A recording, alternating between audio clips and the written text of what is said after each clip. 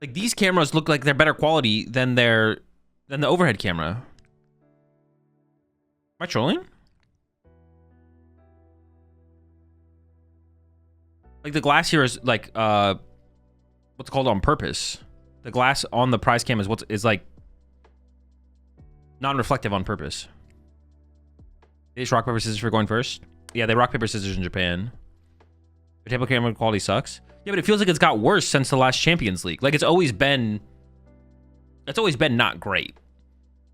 Not been terrible.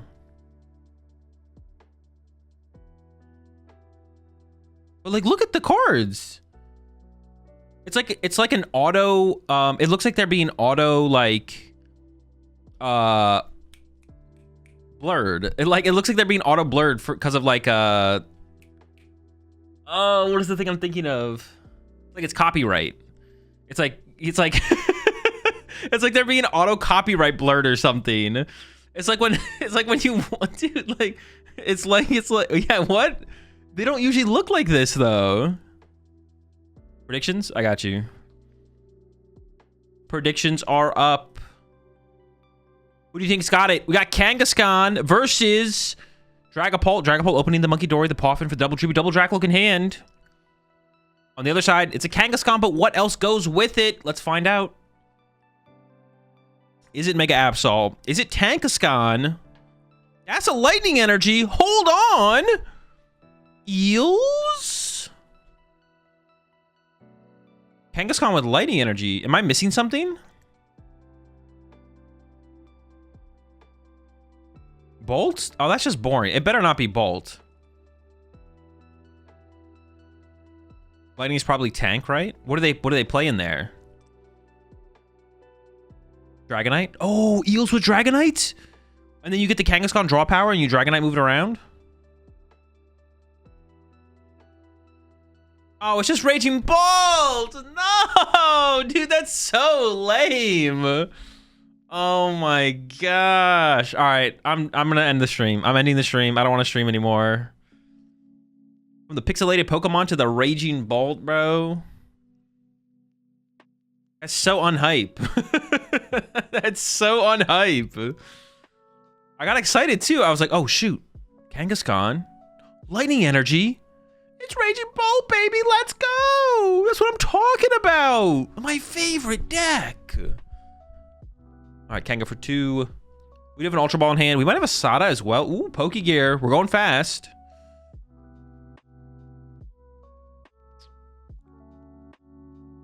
Bad reaction. It's just so lame. I want to see some new spice. I want to see something good that I've never seen before. See the 6-1's there. Bueller. Didn't you place with Bolt?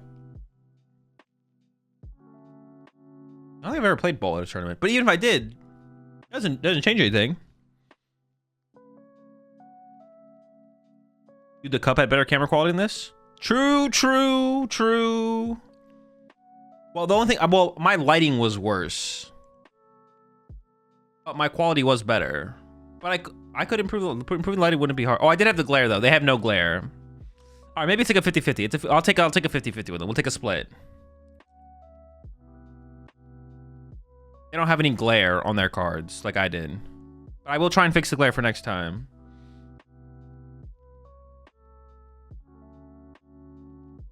The Cup VOD? I'll upload it eventually.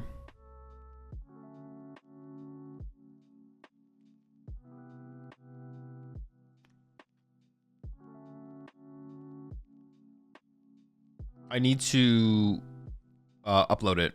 We'll get there though.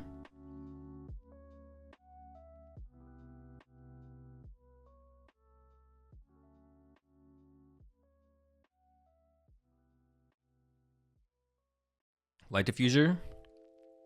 I mean, that won't work for me though. Like I'm just using the lights that I'm using are the ones above my head in the shop.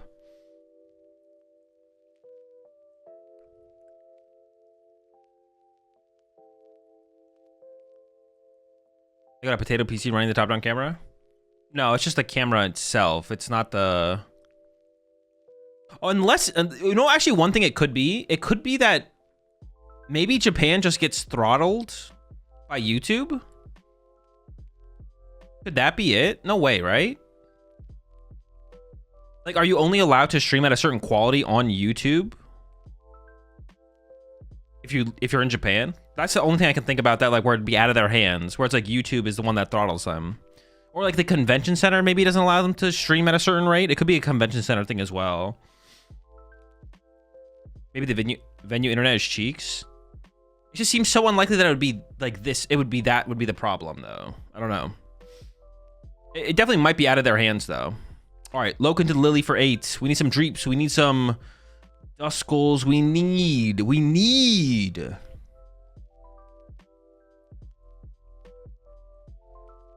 it all. I know it's off topic, but will the Evolution series restart or continue with Mega Evolution? What the fuck? You want me to leak, Savage? Stay tuned into the Evolution series to find out what happens next in the Evolution series. Okay, double Poff in here. We could get into Badoo if we want to.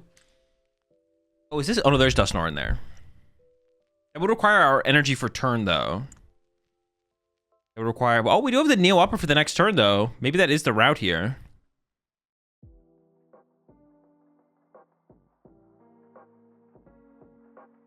Opting for a Duskull. Is there a Badungus in there? No Badoo. Oh, there he is. Oh, double Skull, though. Hold up. That even makes sense. They KO, go to even. I feel like double Duskull is so weak here. We can put the Neo, or we can put a Luminous on a Dreepy here, though, to like... Oh, we haven't even Dracloaked yet. That looks like some ass. But that is still really weak. Oh! I don't know. I would like a prize penalty for that one for sure. That's pretty sketchy. Just leaking that there's a Night Charger in hand to try and influence the Raging Ball player to play Judge on the next turn. That's a dirty play right there. I'm surprised it wasn't a match loss even, to be honest. Dirty play. Dusknoir attack is technology in this matchup. Oh, true. It actually is kind of good. I mean, if they have Turo and Prime... Well, this is weird. They're not even playing Owls. They probably play Prime Catcher, though. Could that actually give a penalty? No. Unless it was intentional. Like, if you intentionally were trying to bait your opponent into doing something by, like, showing them your hand, because you're not supposed to show your opponent your hand, you could actually receive a penalty. But, like, no one actually does that. So you simply, by actually doing what he did there, which was by accidentally showing a card, you would never get a penalty for that. Oh, there's a boss. Are we really considering that you go after the Loke for sure, right? Yeah, nice try. Trying to bait us into that Dreepy with a Psychic Energy? Nice try, buddy. And now your hand is... Well, no, they have Nurture for Dracloak. Their hand's not fully dead, actually.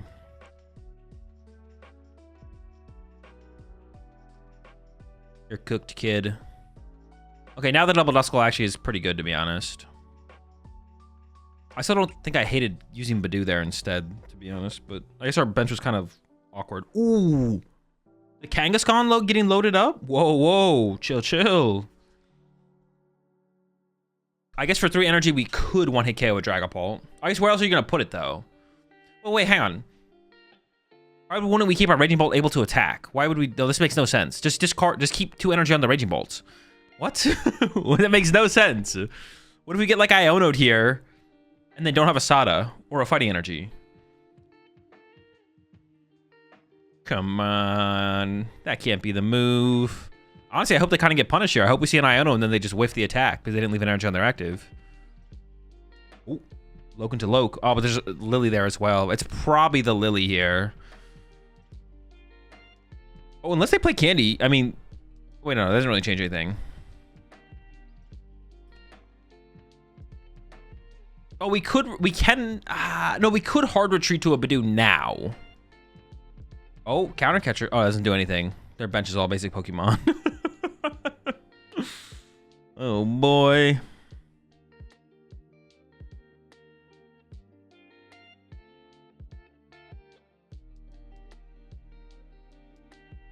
I will say this, they do show on stream the version of the card that the player has on board. Makes it easier for people with less inherent knowledge to tell what's going on. That is a thing. Well, now I feel like we could... Actually, we probably shouldn't commit. Well... No, committing Fez here would be pretty bad, probably. All right, pass. All right, we're playing for the next turn. Someone actually brought that up recently. I don't know if I 100% agree, though, because... I mean, if you're listening to the casters and you see, like, the regular artwork come up, you'll be... Like, you're more familiar with the regular artwork than the full art. Well, I guess you could figure it out maybe anyways, though. Maybe you're right. I could kind of, like, see an argument the other way around, but... All right, Crispin coming out here. We should be able to get an attack off this turn, unless we're, like, out of fighting energy in the deck. And then that would be a misplay to have not just left the fighting energy on the active. This guy got no Baby Bolt.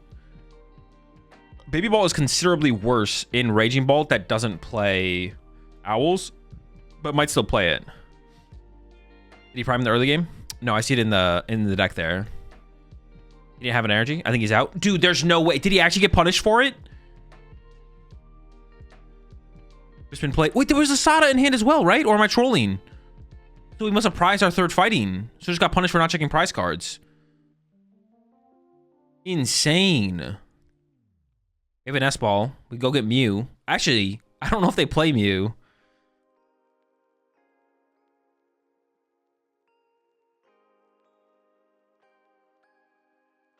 And where on the board card being is discussed. Yeah, you could be right here. Jeez. Oh, no, we have a fighting. Okay, it's in the hand. Man, that was some contemplation just to throw a fighting on the active there. I was like, there's no way they got it. I think I would consider getting Fez here, to be honest. Well, you know what I would do is I would get Mew, but I don't know if they play Mew. They do have an S-ball in hand, I believe.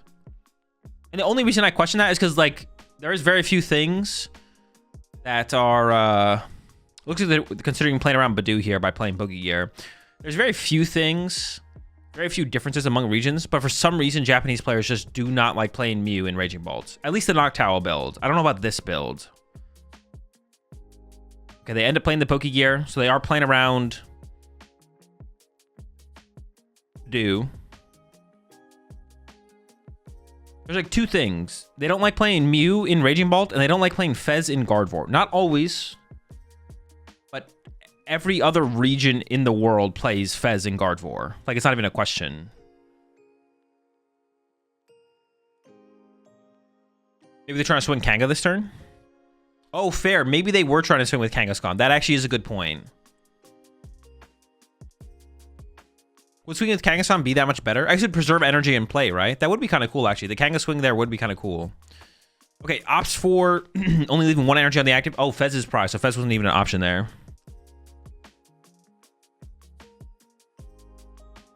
Loke number 1, not Iono. But they do have Fez. I think you can commit Fez this turn pretty confidently, to be honest. But they also could have just put the Fez in play before using the Lokes as well, which I would have liked to have seen, unless you are really trying to avoid it. I don't know if you are, though. Maybe you are trying to avoid it. We could have avoided it, I guess. I guess we should play to avoid it. We can't avoid it now, though. Like, we know there's a Sada in hand. I feel like we have to... Well, I don't know if that's true. We know one of the cards in hand is a Sada. Can we ever just not Fez here and just punch? Do we ever just punch? If we got Dusclops involved, what could we do with that? Oh, we have a Candy in hand. Hold up. We got rid of it, though. I don't really like that. I feel like... Isn't Dusknoir, like... We don't need it right now, but... Unless they're just going to commit the Clops. Oh, they are just going to commit the Clops. So we're just going to KO the Raging Bolt here, I guess? But if we're playing for... So we're not going to bench the Fez then, I assume.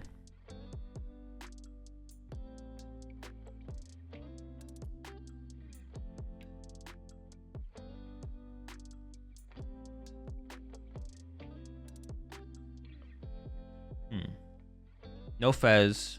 Just spread with Dragapult. So I guess... Okay, so what we're doing is we're playing for Iono next turn, I guess. Sure.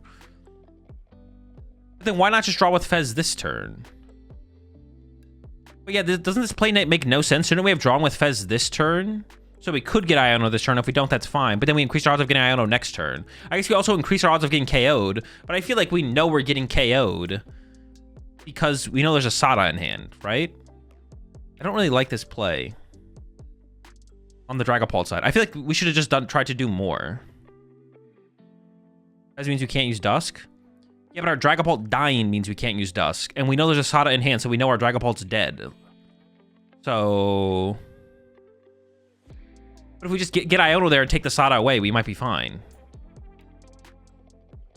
Like, why are we preserving this? So we just should be digging more with Fez now.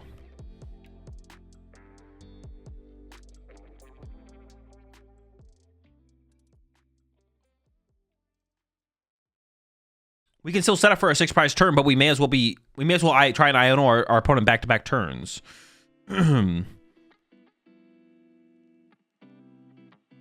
Also, even like, yeah, we look at how explosive this turn was off of that Sada. Like,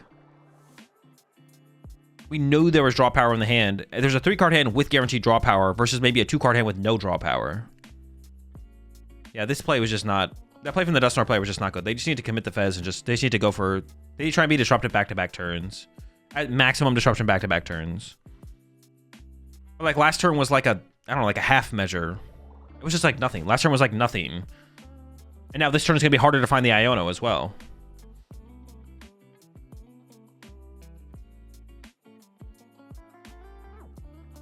And now we could just whiff this. If we just whiff Iono this turn, we just lose. Are these results relevant to the meta? They can be. Or is a snapshot of what the region is playing? No. Every game of Pokemon anyone plays could be relevant to changing what someone else plays in the Pokemon TCG. Every single game of the Pokemon TCG anyone plays could influence another person in the Pokemon TCG. All right, Dusknoir and Dracloak here. Well, now they're down to 1 prize card, so we definitely should have thrown the Fez down there and just drawn with Fez. Holding Fez at this point. We definitely should do that before the Dracloak. Fez for 3. And no Iono. That's just game. We missed out on 3 cards. We missed out on 3 cards. Okay, they could still KO the Raging Ball off the bench. It's not over yet, actually. They could KO the Raging Ball off the bench with Ursaluna. That does give an opportunity. I'm just assuming it's not going to be good enough here. We'll see, though. Maybe it is. There's like a 6-card hand in the Raging Ball on the Raging Ball's side, but is the new set legal for this tourney? It is, yeah. They have access to Mega Dream. Oh, is there no Ursaluna available? Maybe the Ursaluna is prized. Yikes.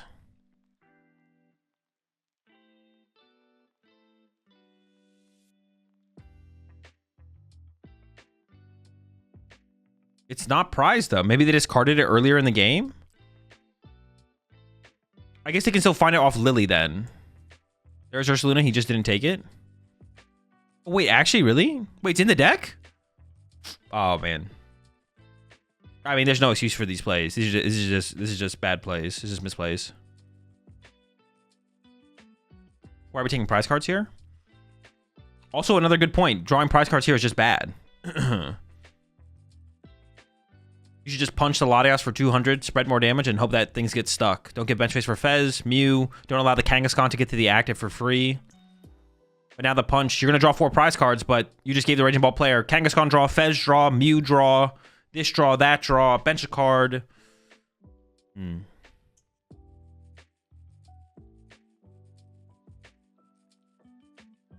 How is he 11 and 2?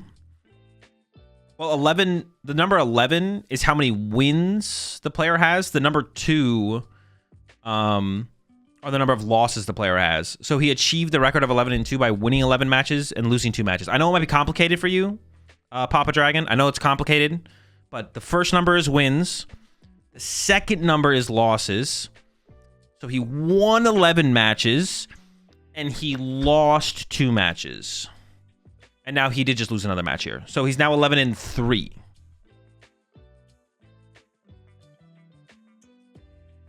Yo, those Ultra Balls are kind of sick.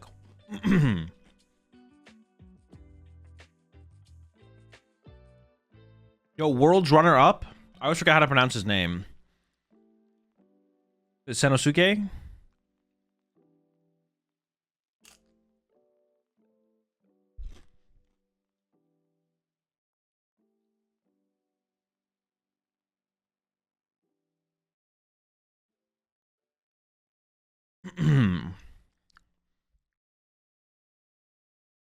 This is not a one-day event. We are in day 2 right now. Are they in Top Cut? Nope. They are in round number 15. You start here. No, I got it, Scrub. I appreciate it. When I'm at my setup, it's easy.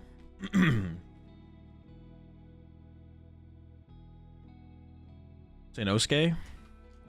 Sanosuke. Alright, Guardy versus Raging Bolt. A classic no turn 1 fan rotom. Sanosuke. See, and this is why. I don't know what I was gonna say. Sanosuke is good at the Pokemon TCG. Plays Guardy. It's best of 1. Who cares? Play Guardy. Wait, is it Guardy? I think it's Guardy.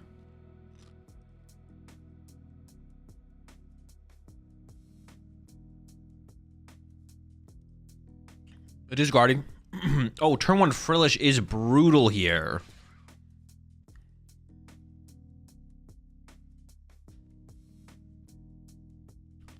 After Ogerpon pass, turn 1, yeah.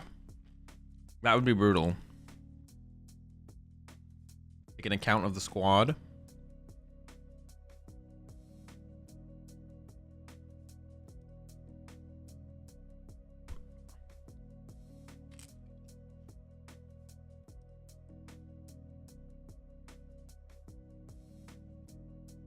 Has Ultra Ball and Secret Box here. Still giving it some thought. Did some pride check and went through with the vessel.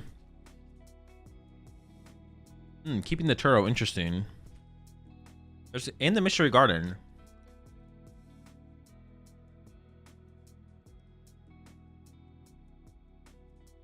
I feel like Turo and Mystery Garden are like super low value here.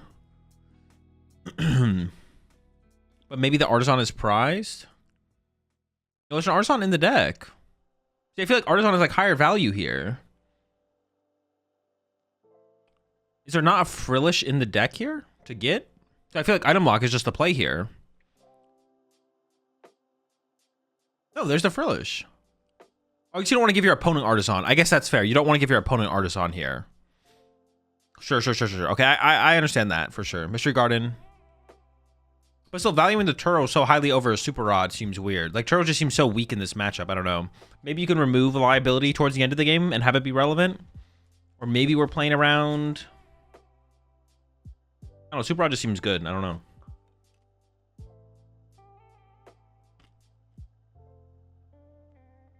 All right, 8 off to Lily. No Psychic. See, but that's what I was going to say. Is we could have guaranteed the Psychic energy if we just discard the Turo. But now we have to use a Nitrusher and a Super Rod to get a Frillish in the active with a Psychic energy. That's costly. That is a big investment to get the Frillish online, to be honest. But if we had like kept the Super Rod, if we discard the Turo on the Secret Box instead, even that would have been like made things feel a little bit better, right? But now we're down 2 of our recovery cards. Probably just place the double Nitrusher plus Super Rod, which is still enough to win the game, obviously, especially with this kind of lead that can be generated from the Frillish. But is it draw pass? Oh my. Sheesh. All right, there is a Frillish prized, so we can't do the Frillish to Frillish line, but man, we have bought some hella time here with this current setup.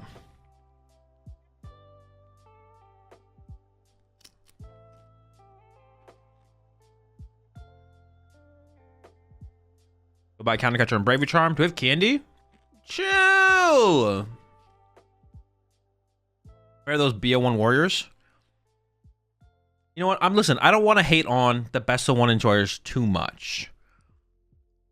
But maybe they're into it, to be honest. Like, maybe...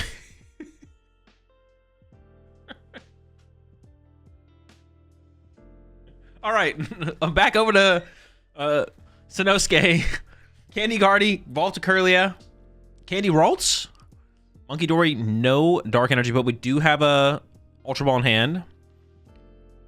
And honestly, I don't see a reason to get aggressive here at all. It looks like actually going to keep the Psychic Energy around, which is interesting, instead of putting it in the discard pile. I feel like we got to get rid of the Psychic here, though, no? No. Oh, maybe we're going to attach it to the Frillish here. Best one is their kink. No shame, no shame. It's like a Monkey Dory searched out here. We can maybe get the hand low enough to actually draw with Mew. That might be the reason to sequence it like this. Discard those 2 cards, attach the Psychic. I'm not sure where we're at for... Oh, we have Mystery Garden, but of course. My bad, my bad. Fresh 3 on the way. Still in the hunt of a Dark Energy for turn. Ooh, and there we go. Dark Energy to Monkey Dory. That is pretty good. Some lilies for the next... I mean, we're just chilling, man. You could get more aggressive here. You could actually just swing with Guardy EX and draw 2 prize cards. If you really wanted to. You got backup Guardy in hand. It wouldn't be a bad play. But you could also just keep up the item lock for like another turn or 2. And take some time. Builds up damage on the active. This is a... Well, maybe not. There's the Turo in hand, right? I was going to say this is a little scary, but maybe it's not. Oh, but we're just getting aggressive here. We're just swinging. Not wasting any time. I would have hated to see just chill a little bit longer, but I also don't hate this either. Load up the Guardy, just draw the first 2 prize cards. Guardy is favored in this matchup when it doesn't draw the first 2 prize cards. It's a whole different story when it does draw the first 2 prize cards. Things are already getting out of control pretty quickly for the Raging Ball player here. As the Monkey Dory moves 3 damage counters over to the Hoodoo on the bench. And then we see the Gardevoir going to take the knockout on the active Teal Mask Ogre Pawn to get the first 2 prize cards of the game. Not sure what was drawn there.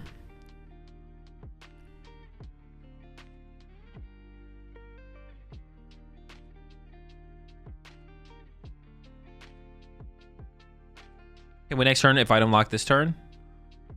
Load up 2 on the active. That is true. That is a good point, to be honest. That's a good point. Also, you'd be able to get a Lily for 8 again, right? Just accelerate 1 Psychic to the Frill, move 20 over. Or you could... Oh, yeah, we only have 1 Monkey Dory set up. Yeah, that is fair. Vessel coming in here, getting rid of the Koraidon, getting a Grass Energy and a Lighting Energy. Is there a site to see standings index? I don't believe so. Well, you can... after the tournament, you can see them on Limitless. You'll be able to see the results. But they don't have something like... I don't think they have something like Labs or Pokédata. All right, there's Fez, the new full art Fez artwork. Or whatever kind of rarity. I'm not sure what rarity that is, but it's the new one. Nitrogen coming out. Okay, the recovery of Ogre Pawn. Was breaking item lock a little bit too... Did we break item lock a little bit too early?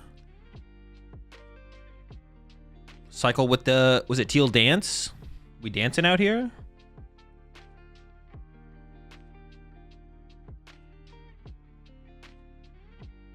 Uh-oh. Back in the tank. Trying to put it together. Has a Noctowl, but doesn't love the options available. And that hand is huge. They have like a 10-card hand right there. But they don't love the options they have.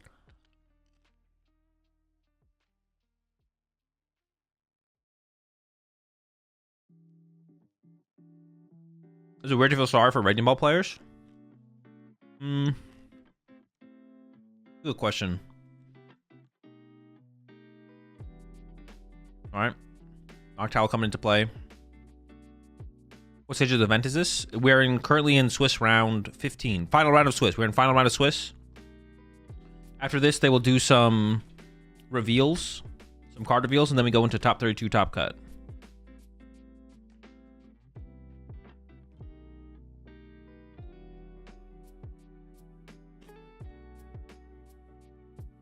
Is there any redeeming quality to Raging Ball at this point?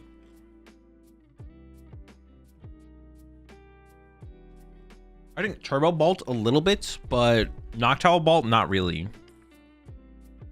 Yeah. Turbo Bolt a little bit. But like Noctowl Bolt just feels like it's just like, I don't know. I honestly don't know where the advantage is or whatever. Not sure. You start deck 100 cards maybe? I would assume it'd be from the next set, but maybe it's from the start decks. I don't know what cards they're going to reveal. I think they're doing something though.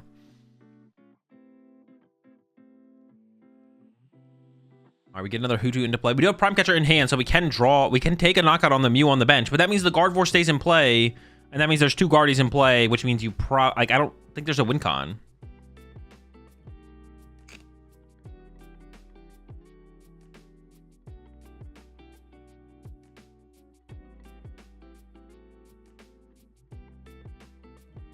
Prime Catcher on the Mew, but now you're staring down double Gardevoir. Seems like too much to overcome here.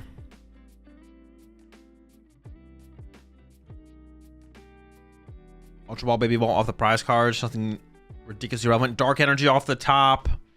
Second Monkey Dory is going to get established here. Second Gardevoir gets established. Oh boy. Wait, 2 Baby Bolts? Where'd the other Baby Ball come from? We're just hanging out there?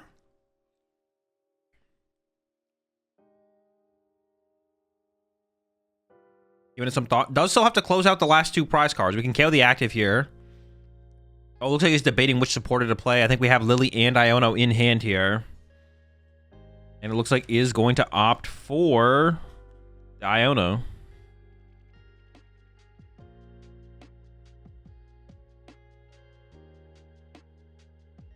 There's no way for Guardy to lose now, right? I mean, I'm struggling to come up with how it would ever lose from here. I'm not gonna lie. I do not know how you could lose here as Gardevoir.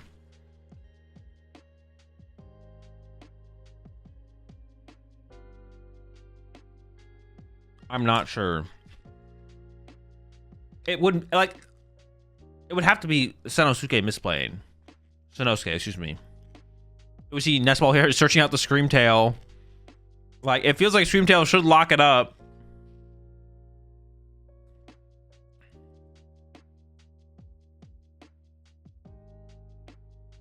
Yeah. And you can't really afford to go chase the Screamtail here either. Mystery Garden for 4, like... Definitely feeling pretty good about the situation.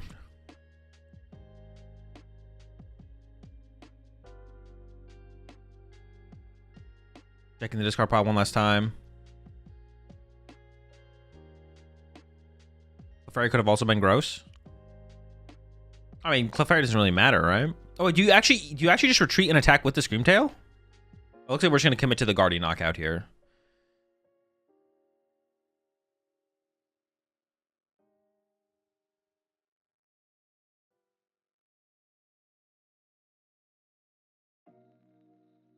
Yeah, looks like it's gonna be the Guardy KO here. A couple prize cards, go down to 2. Yeah, the writing has been on the wall on this one for a long time. I thought like maybe there was gonna be a possibility for a comeback with the item lock being broken when it was. Like maybe we could have kept up the item lock one more turn. But the turn after that didn't really lead to anything like crazy and had the immediate like the immediate response that you needed, so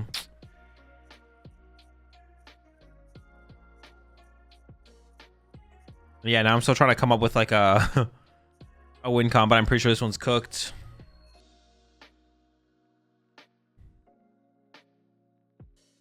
Maybe if they play something weird. I think it would have to come down to them playing something weird in the deck. But I can't... What weird would actually even work here?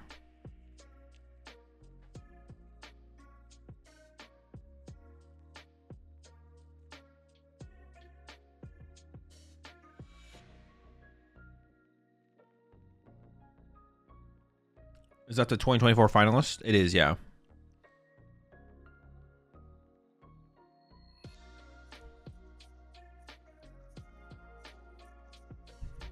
That's ball to get the Latias.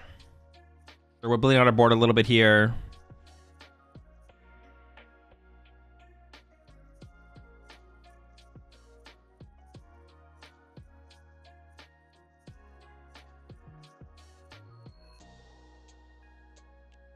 Bravery Charm and hope that the Guardy Prize is Clefairy, I guess. Probably don't even play Bravery Charm, though. Oh, you're saying, like, as something you could have. Sure. Yeah. You still lose to Screamtail on board.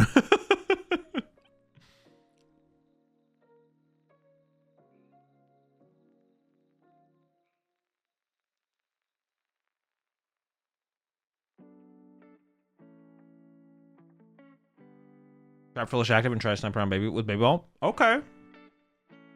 You're cooking. That actually is like a line. But there's 2 Monkey Dories. Well, you have to like start drawing prize cards quickly with it. We do see the Baby Ball on the bench, but they used Prime Catcher last turn. And they already played Sato, so... Unless they have a counter catcher.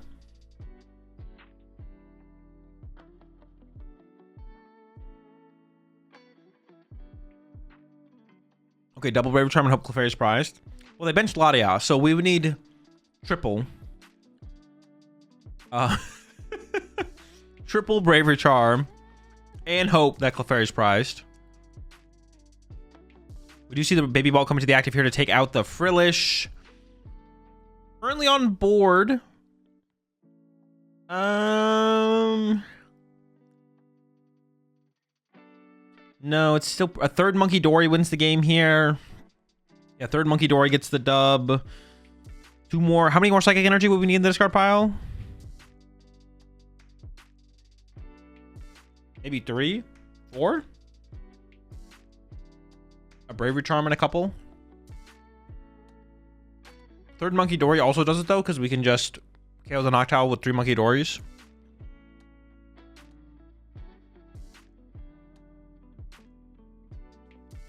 Oh, they get to discard it now though. They get to discard the damaged Noctowl. Oh, but the Hoot Hoot stays. No, you have to discard the Hoot Hoot here. All right, mistake then. Into the Artisan, third Monkey Dory on the way, and that's game. Yep. Crunches the numbers. The Hoot Hoot had to go to have a chance here. Can't we shoot? Shoot? What the fuck? You're gonna shoot Latias with Screamtail? Yeah, actually, Latias stays strapped to get the job done. We don't have enough Psychics quite for it. We're actually a little bit short on Psychics. We have enough Psychics for the triple Monkey Dory Guardy KO the active play. I think we are short on the Screamtail play, and we are still short on the Screamtail play. But we don't need it.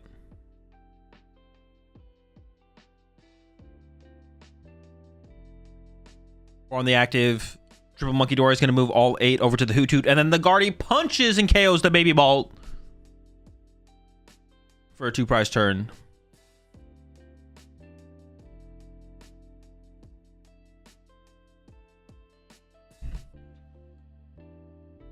That's a new TM move. Shoot.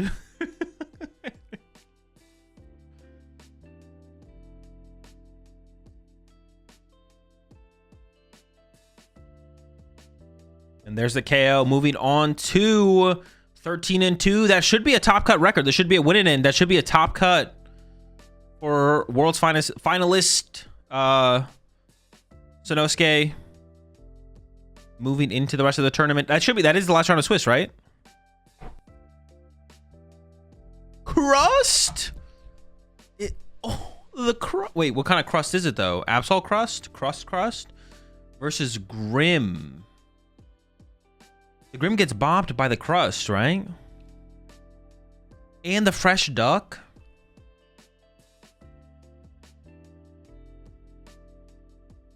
Could be Zoro crust? Trust? Trust in the crust? It's so stupid. Just gotta trust in the crust.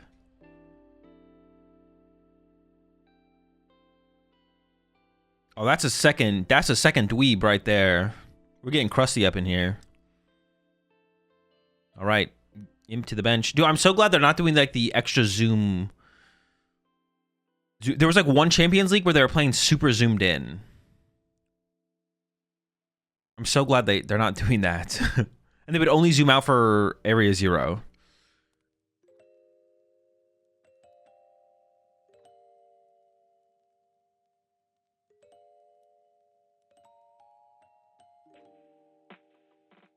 No turn 1 buddy? Well, no, he has the Buddy Poffin in hand, obviously. He's just choosing not to play it. He wants to psych his opponent out here.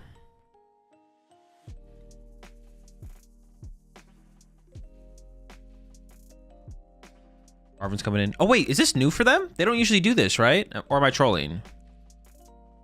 I feel like this angle they usually don't have. They usually have like the stretched top-down view. Maybe I'm trolling, though. I feel like they usually don't do this in Japan. Not new? Oh. For some reason, it felt different.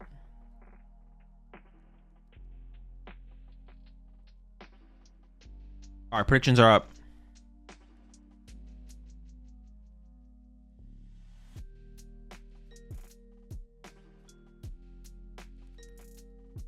Got the luxurious cape. Do we have an energy?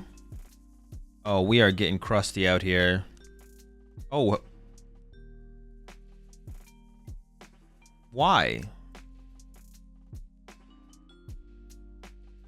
Why not just wait till the next turn? Oh, Badoo, maybe? Some Grimmsnarls play Badoo. Okay. That's fine. I don't hate it. Some Grimmsnarls play Badoo. It's fair, it's fair. There's the grass. Here comes the Ascension. And the cape. That is a thick crab right there. Trust the crust. Here we go. Crustle online.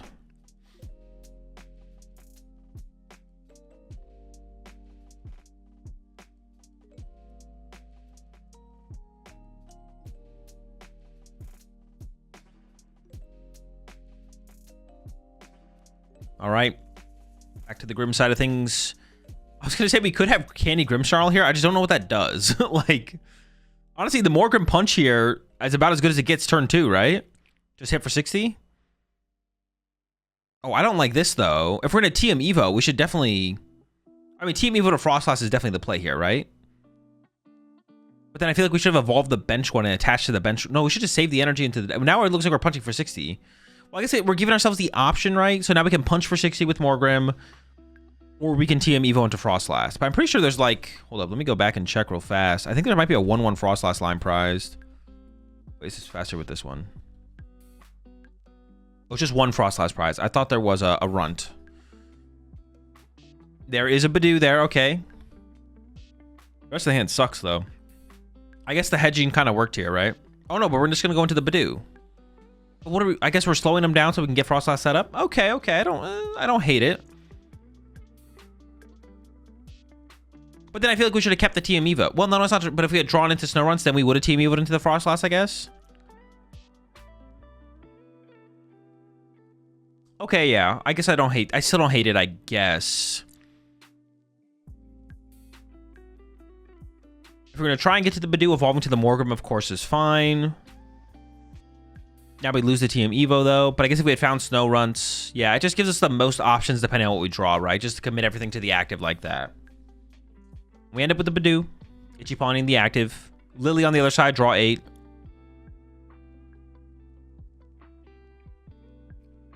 No Crispin to start swinging. And also break free from the item lock. So we're still under the item lock here. Can't play the Poffin. Does find an Artisan, though. Artisan's good for us, but it's also good for the opponent here. Also found ourselves a Jet Energy. I guess you could jet up a new Dweeb and then Ascension to a fresh Crust. If we're trying to get double Crust online. There's a Crustle in hand, though, as well. That means there'd have to be a Crustle in the deck. But there's a 1-1 Crust prize. So as long as they know the other Crustle is prize, they probably only play 3 Crust. So they might just attach active here and then set up for the attack next turn. The rest of the hand looks pretty weak, though. Yeah, it's like a boss and a bunch of items. So the Badoo could buy a decent amount of time here, to be honest. Just needs to get to the Frostlass, get some Monkey Dory set up. And we do see the Arven in the hand here, so we could see Arven come out. Yep, immediately into the Arven. And then Buddy Poffin. For some reason, it wasn't in the opening hand, which is a little bit strange. I feel like they should get that checked out. They should get their Grim deck inspected here. There might be some kind of bug or...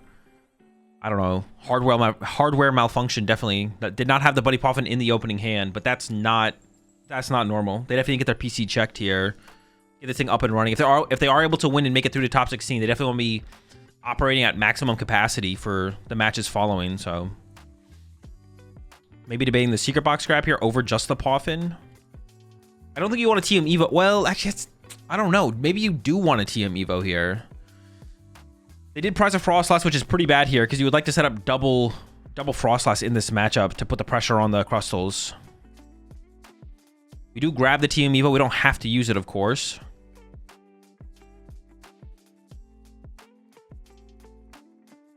There we go, Buddy Poffin coming out.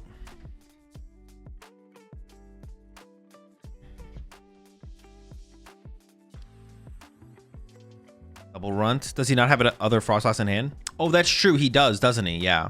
So he can't TM Evo into anything. So we're not going to TM Evo here. It is just going to be... No Monkey Dory to attach to is kind of unfortunate as well, to be honest. Got a Lily for next turn. I mean, you probably just... You either attach to Morgrim or you just hold it and wait for a Monkey Dory top deck potentially. But I don't know. Morgrim hitting for 60 is like pretty good. I would probably item lock again. Just to see how far the item lock can go. What's the energy on the Imp? Okay, I guess that's not terrible. Then I think I would... Yeah, so now we're definitely just going to Itchy Pollen if we're going to split the energy like this.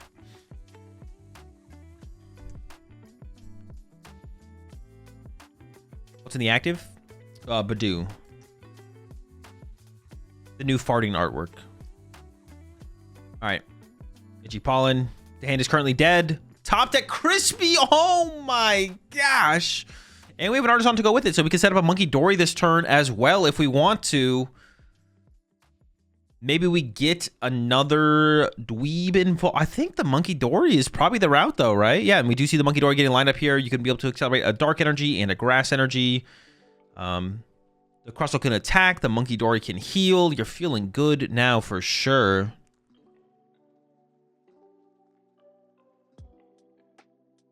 He's not farting. He's just stinky. Oh, true. My bad. My bad. I apologize.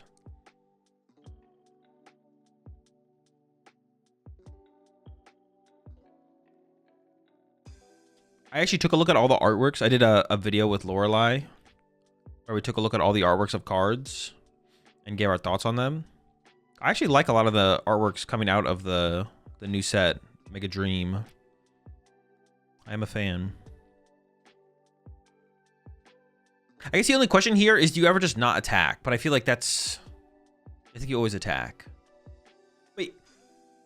How much HP does Poke Vital A heal? 140? When will that video be out?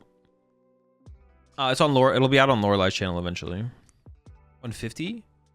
Should you even play? Is that a waste of an A spec now?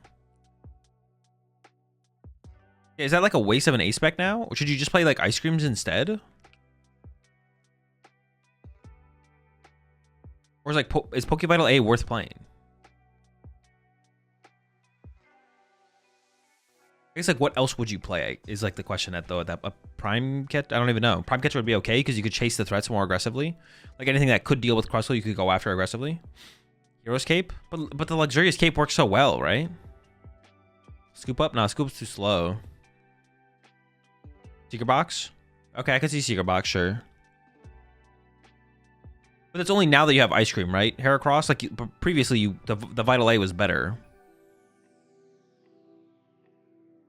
Okay, the Monkey Dory being on the bench does give a target now to the Grimmstrong player to go after. We see the Impotent get pushed to the active here. Draw for turn is an Iono. We got a Frostlass. We need some Monkey Dories, and we need ways to chain these Frostlass as well. Even before Ice Cream, I think Box is the best A-Spec for Crustle. Oh, really? Interesting. Team Evo gets committed active. Oh, we have the Artisan access now, so we can start to build up our own Monkey Dory squad. It's going to be a 6 showdown here. Monkey Dory versus Monkey Dory. I think I saw a third Snow Run in there. Maybe it's a 3-2 line. That makes it even more unfortunate that we prize up Frostlass as part of the... as the prize card, I guess. You appreciate the raid there. AA battery. Hope you had a good stream.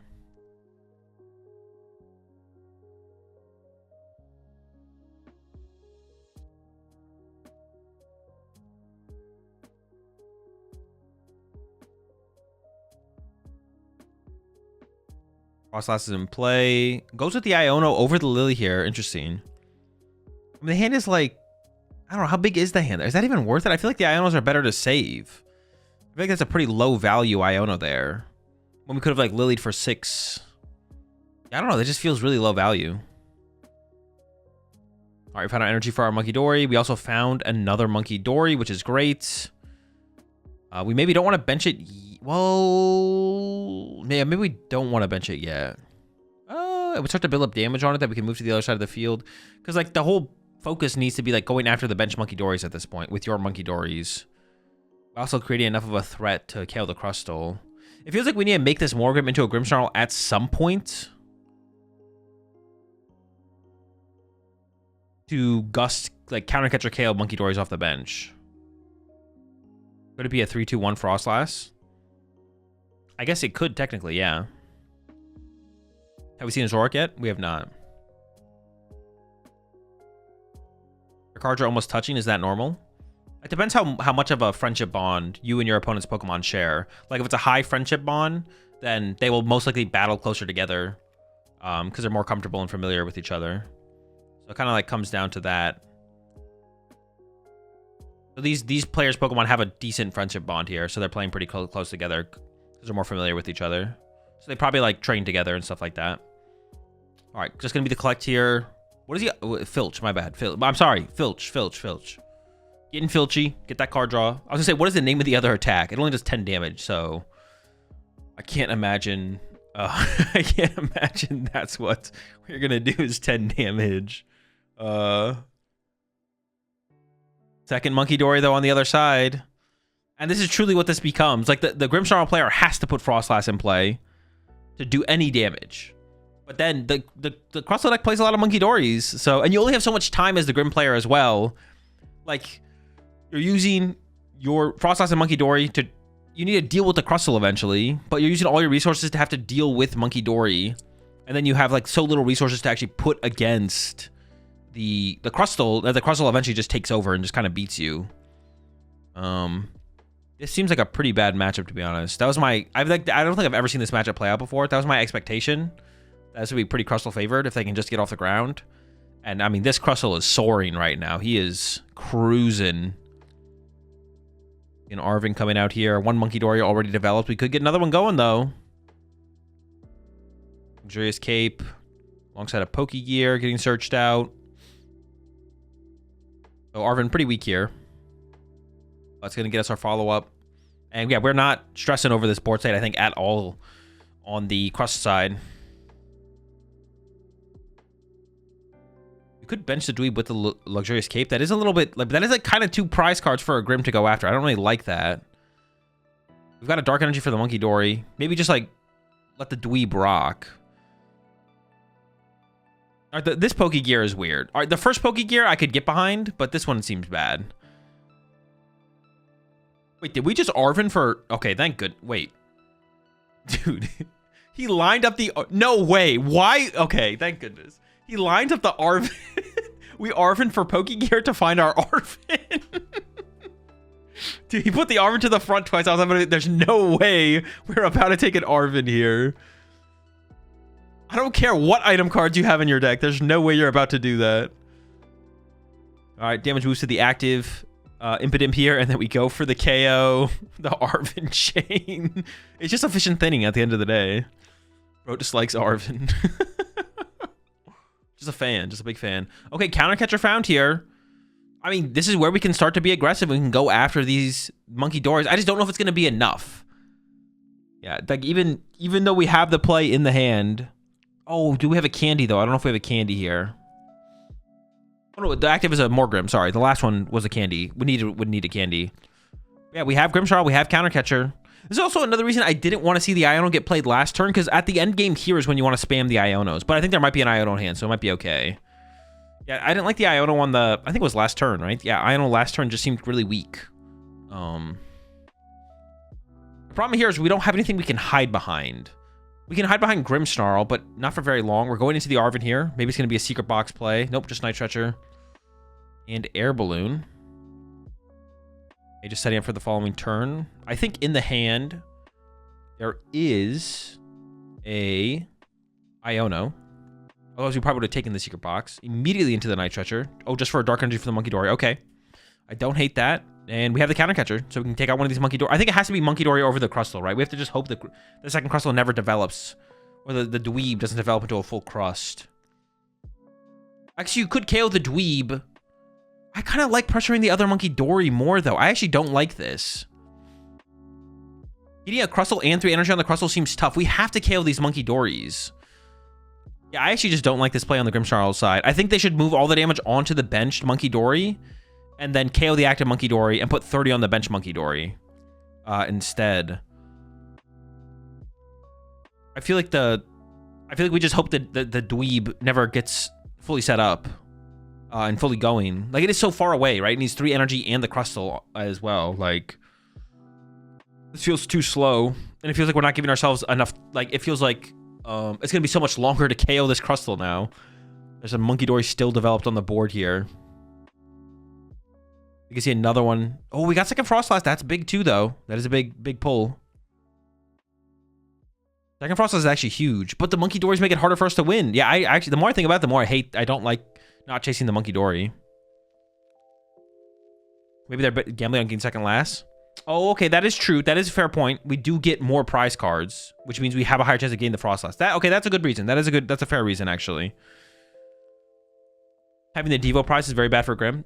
Oh, that's another good point as well. Okay, maybe the prize cards are more important than I'm giving them credit. The Devo's prize, second Frostlass's prize, more prize cards, more outs to those cards. Sure. I can get behind it. Well, no, I can get behind it a little bit more because we can get after this Monkey Dory as well to get another prize card. 2 jumbo ice creams? Bro, this thing is not going to die anytime soon. This thing is living.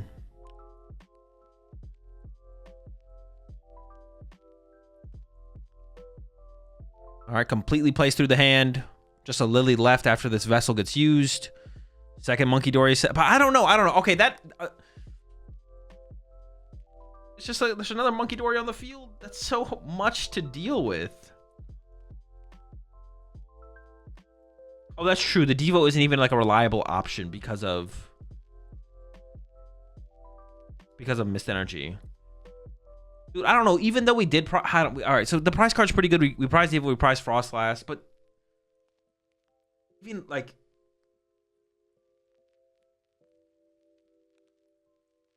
would have been really close to KOing that Monkey Dory. We would have had 7 damage counters on it, right? So it would have 2 HP left right now. And they could double Monkey Dory to move 8, but then we could double Monkey Dory back to KO it. I don't know. That's a tough one. That's a tough call. Okay, we did find the missed energy here. We can't attach that this turn. We get rid of the Spike Month here, which isn't that high value, but of course you want to bump it. Actually, does hitting harder matter here?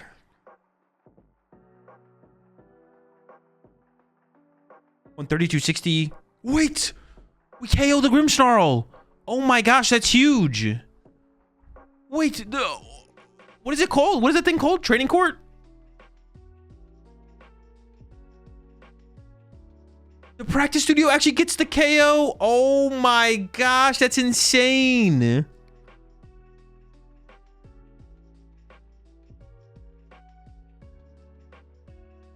Oh my, that is actually just absurd.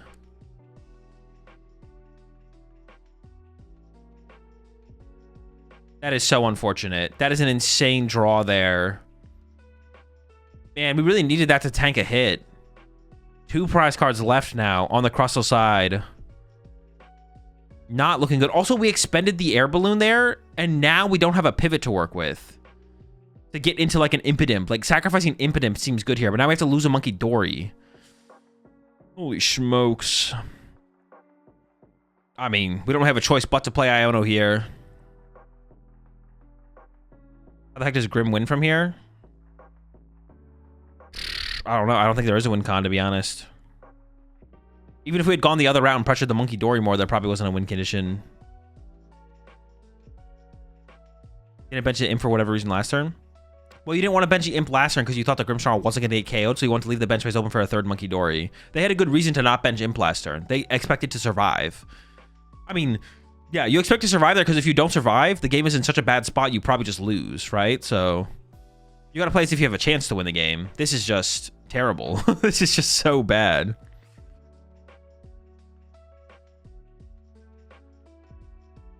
We have a retreat lock option on a monkey. I'm not sure, but it's currently tied up 2 monkeys versus 2 monkeys, so you don't have like a huge advantage. And it feels like you have to play the second. Doesn't play the second Frostlass? 2-2. Does that make sense? I don't know. I didn't do. I'm not gonna do the math. I'm just gonna assume they're right with that play. Not doing it seems weird, but second last will KO his own monkeys. But if you get a third monkey, you're winning the monkey war, right? It won't, but you'll KO their. Well, no, I guess because you have a monkey in the active. It's so bad that there's a monkey in the active here. Yeah, everything just got so much worse with that KO.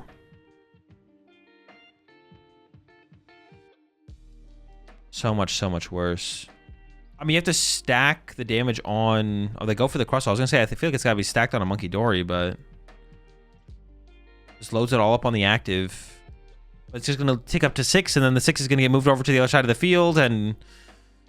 Or I guess it's like loads up so you can like just ice cream the active and then heal your monkeys off the bench instead or something. Yeah, there's no coming back from this one, I don't think. Should he push Snow Runt then or something? No, because retreating the monkey dory is effectively KOing your own monkey dory because it removes the dark energy. So you can't really... And also if Frostlass gets bossed... You need the Snow Runt. Well, I guess it doesn't really matter anymore, to be honest. But yeah, retreating your monkey dory effectively KOs your own monkey dory because it removes its dark energy. And you have another monkey dory on your bench anyways. All right, Pokegear here. Boss. The Rosic Colress are the options.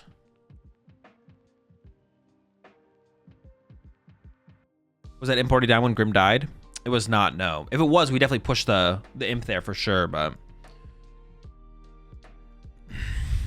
After Grim KO? Oh, sure, push the imp after Grim KO. Oh, honestly, yes. Once we realized we don't want to put second Frostlass in play, it definitely should have been pushed. Yes. At first, I didn't know what you meant, but yeah, we definitely should have pushed the Snow Runt then. If we're not going to put 2 Frostlass in play, which we're not going to do apparently, because we had access to second Frostlass, we just didn't do it. So the Snow Runt definitely should have got pushed. What happens if time is called again? You play even turns. Even up the turns. You do have the boss on the Frostlass here, which is pretty brutal. Double Monkey Door to move 6 to the active. Oh, giving it some more consideration, though, actually. Hold on. I mean, leaving any damage in play doesn't do anything. Yeah, you always keep it on the Frostlass. It's never a question, actually. All right, 1 prize card left. On Crustal side of the field. A pretty abysmal board on the other. Nestball, Ursaluna boss. You got a Morgrim. Goes in with a Spike Blunt to begin with. You can leave Ursaluna in the active for a turn. That was just game, though. No, the Snow Runt has 70 HP. We have the new Beefy Runt with the new set.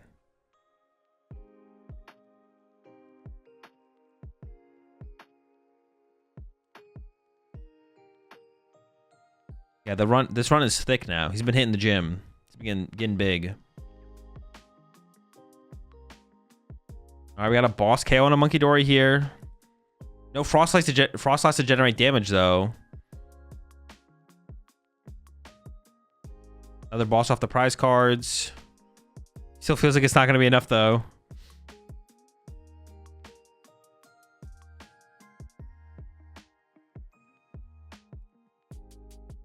Even if you just punch Ursaluna this turn, it feels like that's still over. Still no Devo, yikes. I mean, even if you get the Devo there, like, how does that ever, like, line up in a game plan where you win the game, right? Yeah, even if there's a Devo, even with a Devo, it still feels unwinnable.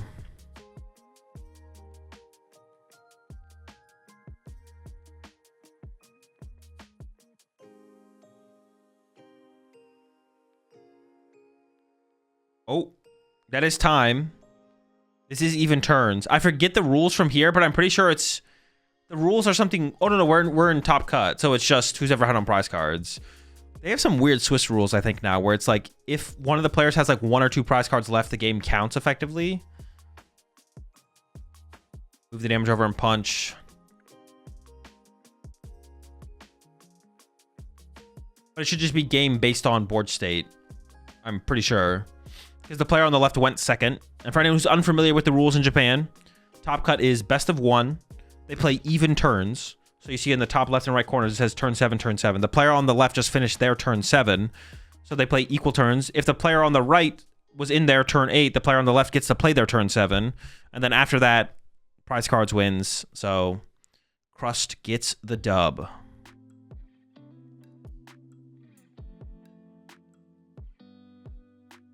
right, looks like this is another top 32 match they're showing us. We're in the middle of it. Charizard versus Charizard. We've got Terra Charizard with the Water Pawn. Bringing the Water Pawn to the fight.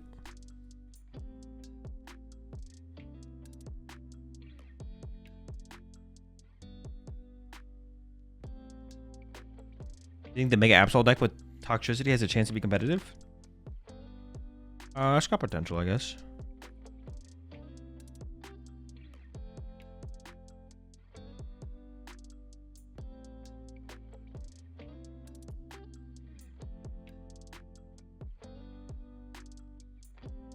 It doesn't work that way. A Japanese player can dominate a US regional and not get a Worlds invite. They can only win cash.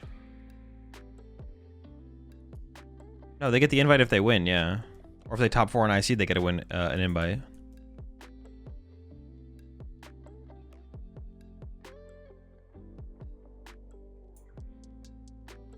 All right, here comes the Dawn, or the Noctowl, the Crystal, and the Candy.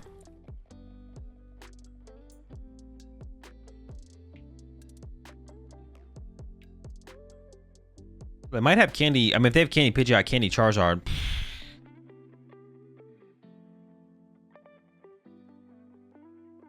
Okay, just going for no Pidgeot setup, but we can KO double Pidgey on the opposing side.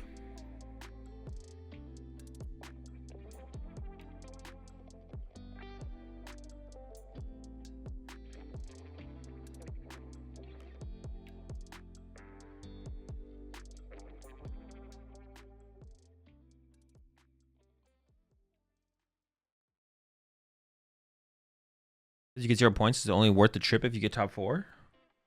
I mean, you could win money, yeah. You get to play Pokemon. So no Pidgeot established, but... Oh, we're going after the Charmeleon? I guess I don't know how valuable the stage 1s are. I don't know what kind of build of Charizard Pidgeot this... But that doesn't seem that good. Honestly, if we just get Badooed here... Wait, what? Doesn't this play just get wrecked by a Badoo? I feel like Badoo cooks here. We just have nothing set up. This is a classic Water Pawn. This is literally a classic Water Pawn to get a K to set your opponent back a turn to set yourself back 2 turns kind of deal here. Honestly, oh my, things are about to get brutal up in here. The Unfair Stamp. Yeah, that play just seems so weak. Well, it seems really weak to go for the split. KOing double Pidgey is one thing, but going Pidgey Charmeleon seems like the weakest thing you could do. Got anything else to do here? Got a Melian. Burns the energy. Counter Catcher on the Noctowl. And then into the Unfair Stamp. I mean, that's pretty good. Follow that up with some Itchy Pollen. A recipe for a dub right there. I mean, we need to draw something off this Unfair Stamp, obviously, but we're drawing 5 cards. Our opponent's drawing 2.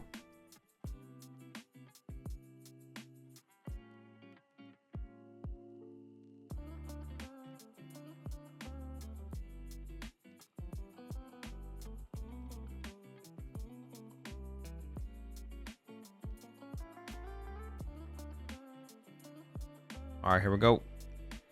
No Hoodoos to work with as well. So Ultra Ball and Noctowl is not even out here. Yo, chill, chill. I thought we had a Candy Pidgeot cooking there for a second. What about like we have the nuts? Atsugiri getting searched out.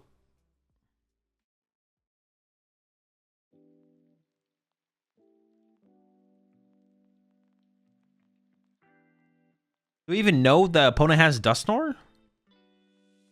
That duck seems like a misplay, to be honest. Do we even know our opponent has Dusknoir? Ooh, the hand is actually dead there. Oh no. Misfire Candy Charmeleon. Or Charmander, excuse me. Yeah, that duck seems a little weird for sure. No Duskull on the other side yet. And who knows if they even play it. Now we're bench locked out of something like... Well, I mean, we're working a Fez there anyways. I guess we're just bench locked, right? But I guess it's going to be more impactful later on, not having a bench space potentially. But I guess what else do we need, right? If a single knockout happens, Fez, and that's kind of it. Draw pass. Okay, I mean, this is the time you're looking for, but if we don't top deck here... Oh, and we did get an Arvin. Okay. But there's no single card here that's that great. We can go for Ultra Ball for Charizard. But then we're just knocking out a Noctowl with a Charizard. Oh, no, we have Candy in hand. We have Candy in hand. Hold up, hold up. I'm trolling. We got Candy Pidgeot ready to go. Decides to keep the Mist. Interesting. Play around Sob, maybe?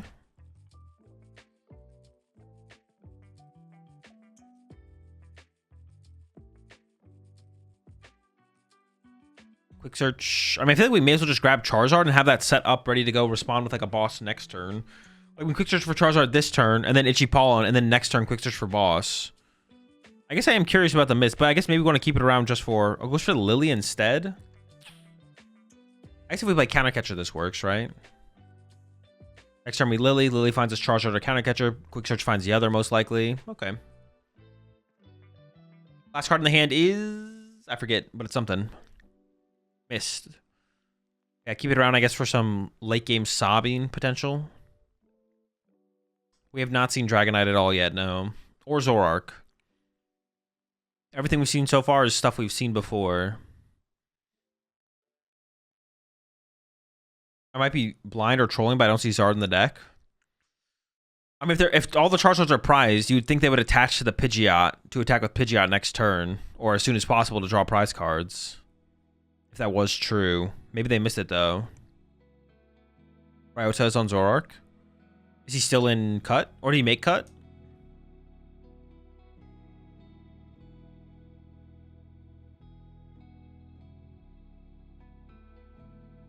Okay, there's the Heart of Treat, and here comes the Sob. I was wondering if we wanted to put the Mist on the active to play around this Sob specifically. Didn't happen, though. So we are stuck for a turn here. Oh, Jamming Tower's annoying. Shutting down the Crystal. It's considering the Mist energy, it looks like. But yeah, there's no reason to do it now. We just get knocked out anyways. And then into the Lily. Fresh 8. Probably not attacking this turn. Maybe we play Jet, though, so maybe we could attack this turn. We might have Jet in here.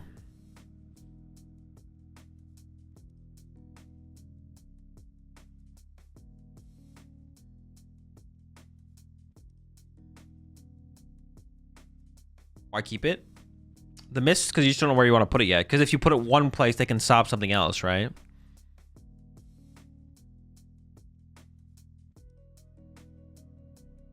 I assume this is going to be a Charizard, right? Oh, it's a Super Odd. What's in the discard pile? A Fire. Oh, is there Fire, Charmeleon, Charmander, Charizard? Actually, might have been right. There might have been no Charizard in the deck because it's in the discard pile. Yep, there's the Charizard. Definitely need to get something else here. Fire or Charmeleon. See what they opt for. Playing Tatsu seems questionable if you don't play Jet. I don't know. The card's still pretty good, to be honest, even without Jet.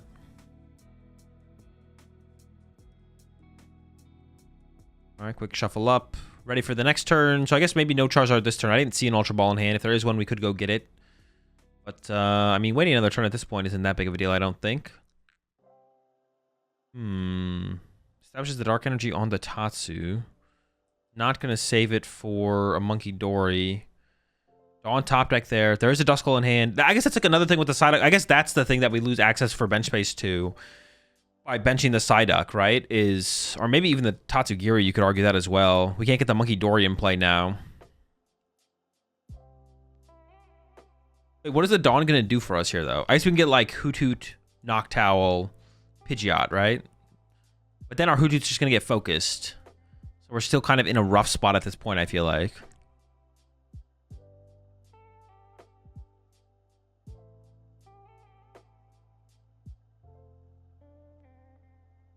That's Ace Spec and Zard without Dusk, Stamp, Cape, or Secret Box. Probably Stamp.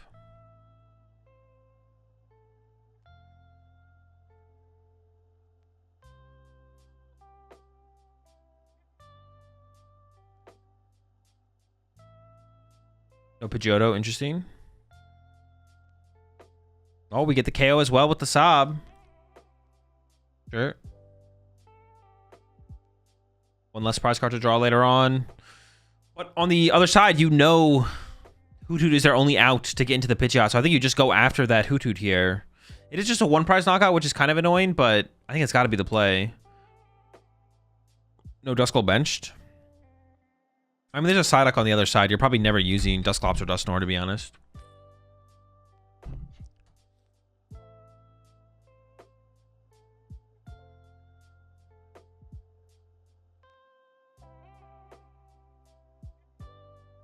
L on the Poffin. Into the Fez and the Iono. Okay. I don't even know if I like that Iono there. I feel like you knew what your opponent had in hand. I feel like just not Ionoing and then just Gust KOing the Hoothoot was better, right? Yeah, I don't even like the Iono there. I feel like just if you could just go, well, we didn't even use Fez, so yeah, if we could just go Gust KO Hoothoot there, that just seems so much better, right? Especially because if we could like boss that turn. There's Candy Charizard. There's a counter catcher in hand as well, so we can go after the Hoothoot still. But it feels like the only thing the hand, like last hand was a dead hand except for a Noctowl. Now it's 3 random cards. Who knows what's in this hand at this point? Because no matter what, you're still going after the Hoothoot, right? Iono or not Iono, the Hoothoot has to be the focus here, I feel like. Unless the reason we make this play is because we are going to KO the active. That's the only, I guess I could see that. Maybe our focus becomes Iono away the Noctowl and then Charizard KO the active here. All right, Fez for 3. Did find the Artisan there. Oh, we can go wide ourselves here, actually, and remove liabilities. Although, I mean, yeah, we could remove, like, the Psyduck and maybe the Tatsu. I don't know what we'd put on the bench, though. I don't know what's left. Looks like Quick Search for Iono was the grab there.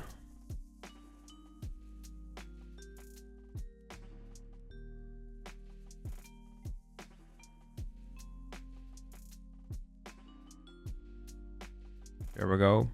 You can set up a Klefki jet play, I mean. Oh, true. That is fair. I guess it's like putting the Duskull down. Putting the Duskull down was probably correct, actually. Now that you mentioned that. I forgot about Klefki completely. I was like, I think we're just locked out of it at this point. Hang on, I'll turn my camera back on in just a second.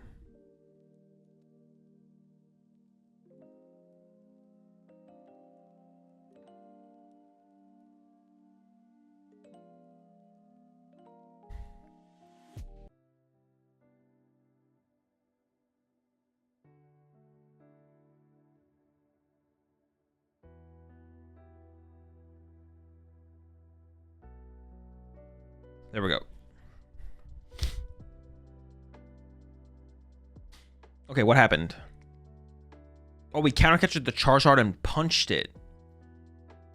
And on the other side, we found ourselves a Lily. Interesting. So didn't want to take the prize cards.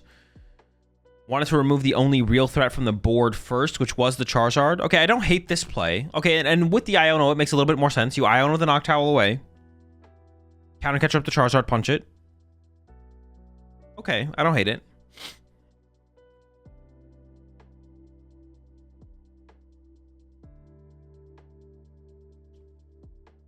Not just a Lily, a Phantom and a Lily. True. Also got the Phantom involved. Very good point. Looks like the hand was not great. We see a Nest Ball coming out here. I mean, we got to get like another Charmander down for sure at some point. Do the Noctowl too. Oh, we got the Noctowl. Yeah, that is pretty good. I don't know if we can find a Fire Energy though. I don't know if we're punching back this turn.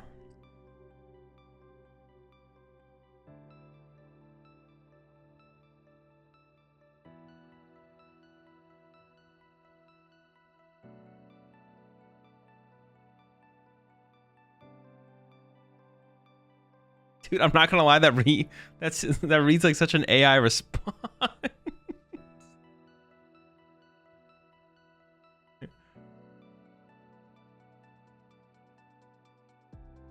Playing for time? No, there's no time to be... Well...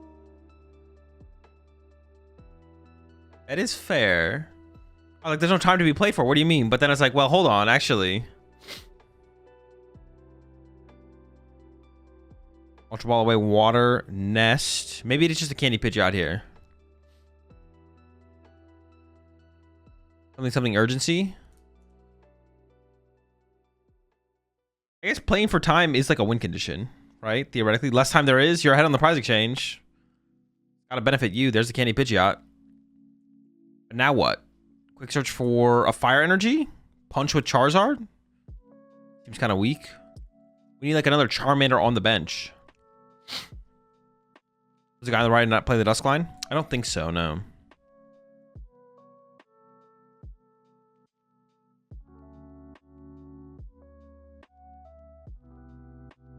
Aichi gets fire too. Does it? Is there a fire in the discard pile? Do we know if there is?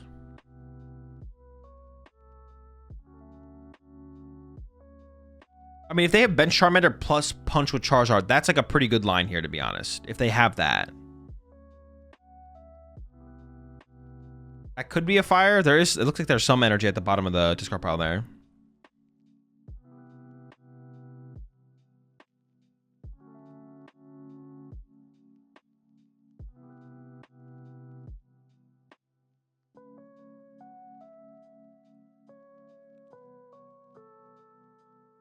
It's a quick search for the Buddy Poffin. Why is there a pet in that list? For Yveltal, probably. Just Yveltal, stop retreat locking, right? Charmander plus a Hoothoot. And then I think there is the Nitrate in hand for the energy, so we can attack this turn. If we can attack this turn, honestly, I feel like we're developing into a pretty good spot here. We have Quick Search online. We're punching with Charizard this turn. And the Defiance Band is gone on the other side. Honestly, a really good play here from the other side would be Gust KO Pidgeot. But, the Defiance Band got discarded last turn.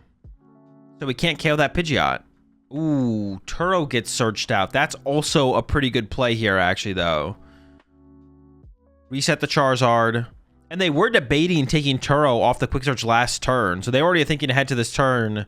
It's like, maybe not their only play, but one of their only possible plays might be just to punch my Charizard. And then I'm kind of losing the prize trade, the prize exchange back and forth there. But if we can Turo it, reset the damage... Well, they're giving it some more thought here, actually, though.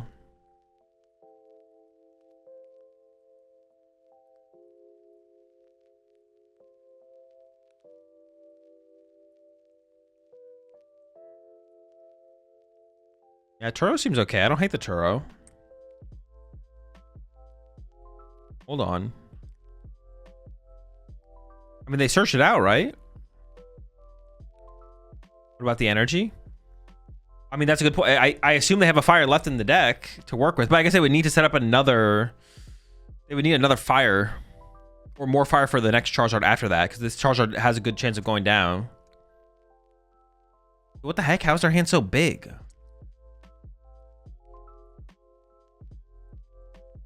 Fail on the Poffin, it looks like. They're not going to play it. No play on the Turo. No Iono played either. Well, Iono here is probably pretty weak, actually, but no supporter played, I guess. 3 minutes left. First two prize cards drawn.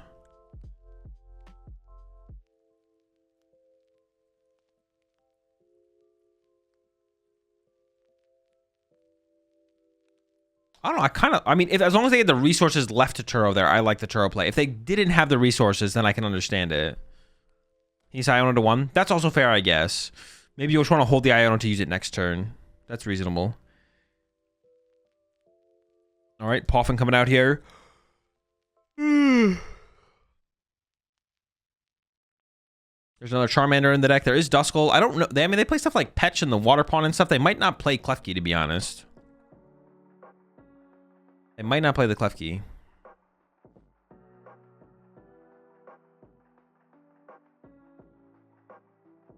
Also, the Charizard player will get... Okay, last card here is Fez. Draw 3 with that to begin with. Oh, maybe didn't want to use the Turo there because wanted to play around Sob. Pump wins here? No. 150, 160, 170, 180? No. We don't care the active.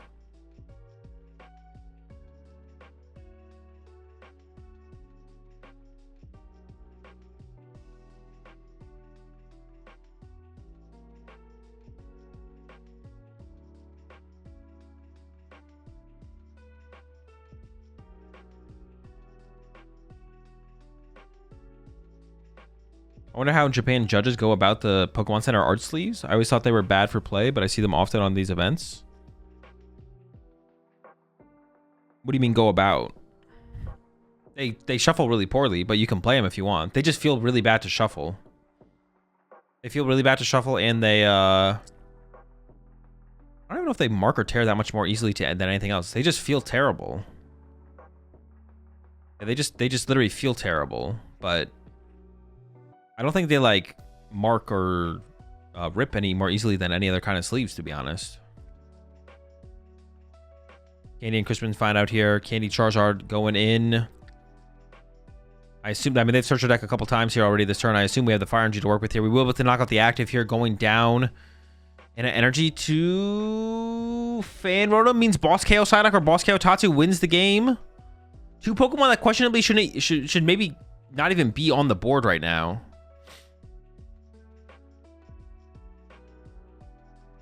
Yeah, this board state's looking pretty good for Terrazard here at this point. Gonna go down to one prize card remaining. Fan Rotom is a win condition here on the Tatsu or the Psyduck. On the other side, I think your only win condition here is counter KO Pidgeot plus Iono. I don't see another win condition. Playing super quickly here. Charizard, Double Fire and Charizard getting put back to the deck. Oh, but they're running out of time. They have 20 seconds left. Into the quick search. There's the Charizard. We got to go back in, though.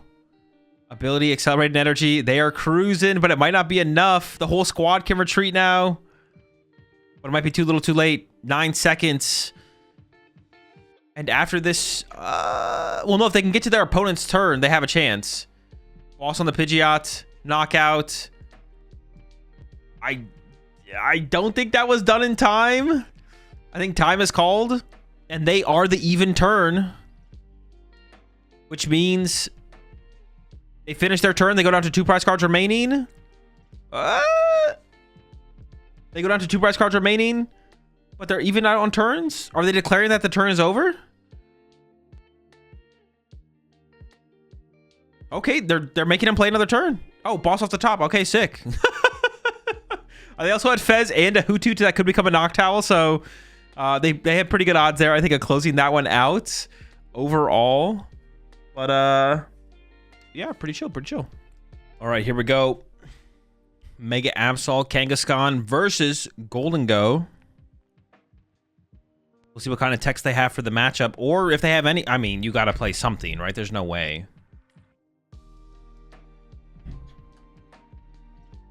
You're not teching. You're not teching for the Golden Go matchup. Or are you? Will you plan to go to London? Commanded the title will tell you which major tournaments I currently plan to attend. Golden Go's such a cringe deck. Yeah, you're just a hater. What the heck?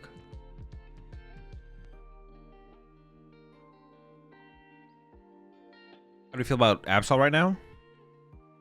Oh, it just depends if there's a good answer to Golden Go. Like, the deck's really good. Actually, I don't even know. There's Mega Diancie to deal with as well. I actually just don't know how good the deck is, to be honest. But assuming your Guardy matchup is, like, playable, if they have Mega Diancie, even though it already feels, like, pretty tough.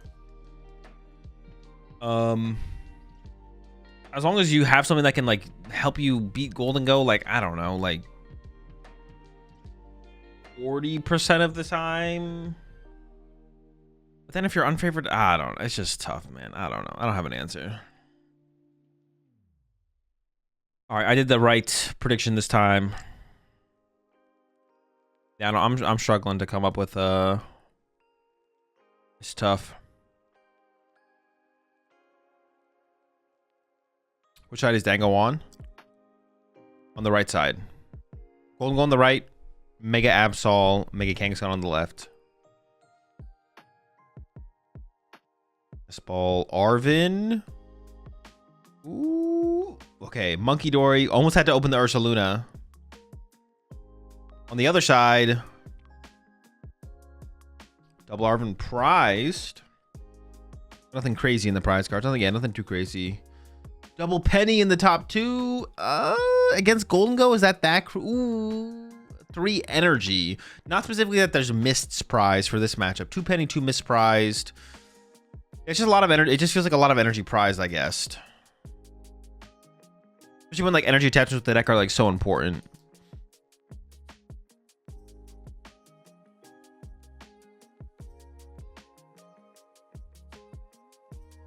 And then double Penny. I mean, just give like our bench control, bench manipulation, whatever you want to call it. The possibility to be able to fix our bench is just lower. Hey, Golden Go is going first. Has the Solrock and the Lunatone immediately into the Lunar Cycle. That's already a good start to begin with. I see at least one Gimme Goal into the hand, so we're going to be able to establish that to build up towards those Golden Goes. Might just be one. Oh, double Gimme. Okay, the Gimmes are out.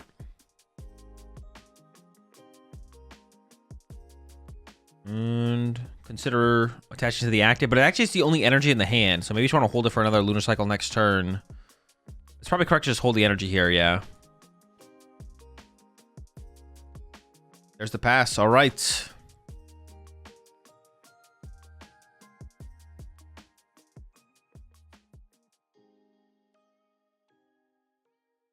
All right, prize check coming in here. Side duck. Town store. I see a Cornerstone. Okay. I see 2 Cornerstone, actually, I think. Okay, so it is a Cornerstone build. Ooh, they got the Heart Gold Soul Silver E-switches in there.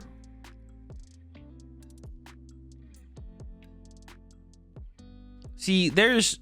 In the Pokemon TCG, there's bling. Like, every card could be gold and full art. Like, maximum rarity, most expensive card. Every card... version of every card possible, but then there's like there's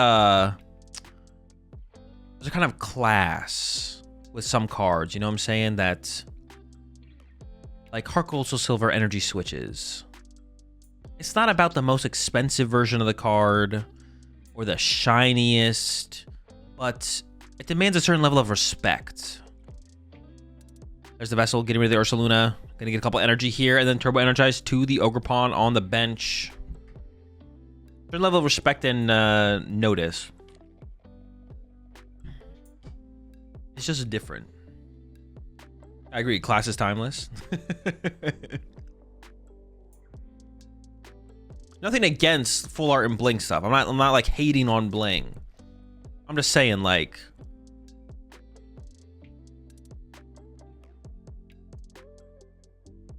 I am. All right. Well, I'll let you handle that.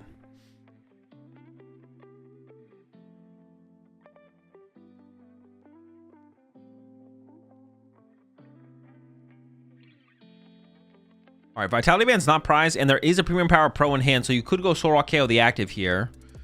I mean, the question really is, do they play... Is that a third Solrock? I think they might have 3 Solrock in their hand right now. Protect for the mirror match. That might also be the only way they have to actually deal with Cornerstone is Solrock. The Solrock Swarm. We haven't seen the whole deck yet, though, so they could have Megalopony, they could have Mawile, like, all those things are possible as well. Or maybe they came unprepared for the Cornerstone matchup.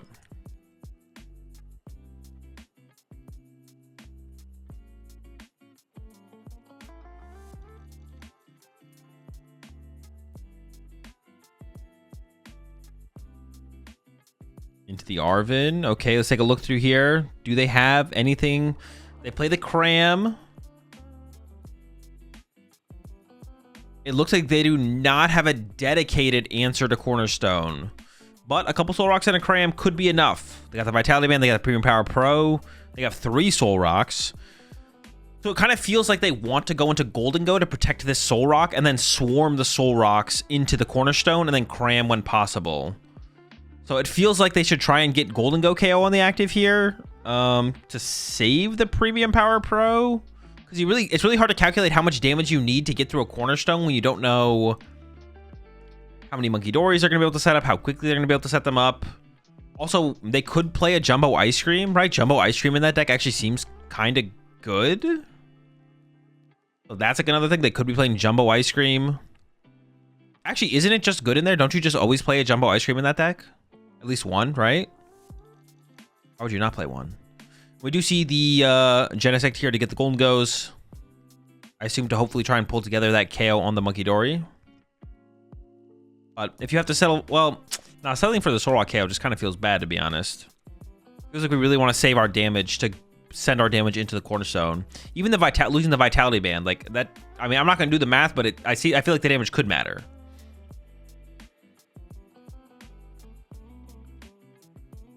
I do not see a lot of energy in this hand, though. I do not think we're getting the KO on this Monkey Dory with a Golden Go this turn.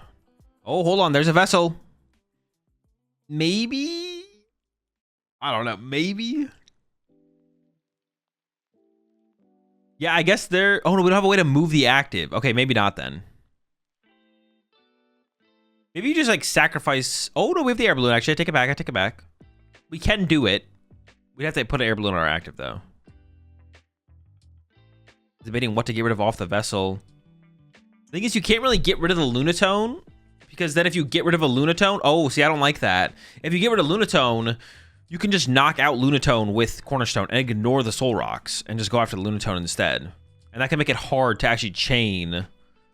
Well, I guess there's Lana's Aid in hand, so you could just Lana's Aid for double Lunatone back, and that'd be fine, I guess. But you want to save that to get back Cram, though. I don't even know if that's... You don't even want to do that, do you? All right, it's still a little bit awkward, I guess. We do have the knockout, though. We could get rid of a Soul Rock here, maybe. Looks like we are going to lose a Soul Rock here. But now we're losing so many rocks. Yeah, it feels bad to lose that many rocks. Maybe they misplayed by not trying to get the extra card off of the Golden Go, to be honest. Like, retreat sooner.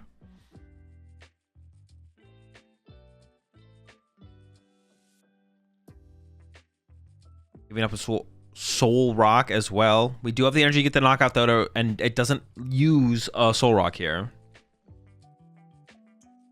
All right, get ourselves an Arven off the prize cards. I can get us the other air balloon to move this Golden Go out of the active back into a Soul Rock to start swinging with Soul Rock.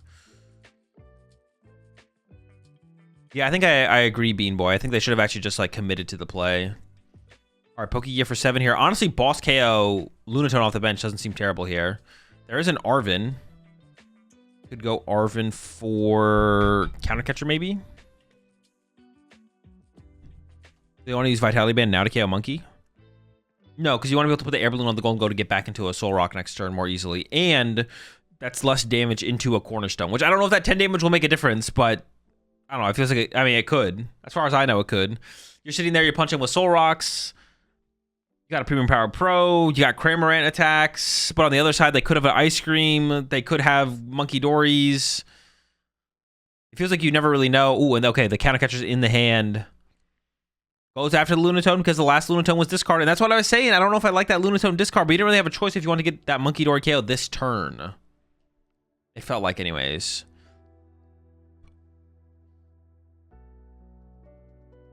Second Cornerstone found and a Monkey Dory. The rest of the hand is a little weak, though.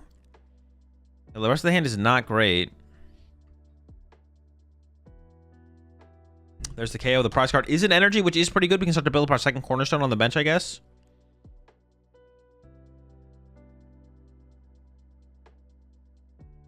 Is there a new Golduck? Not sure. I don't think so, actually. I think I've only seen the Psyduck.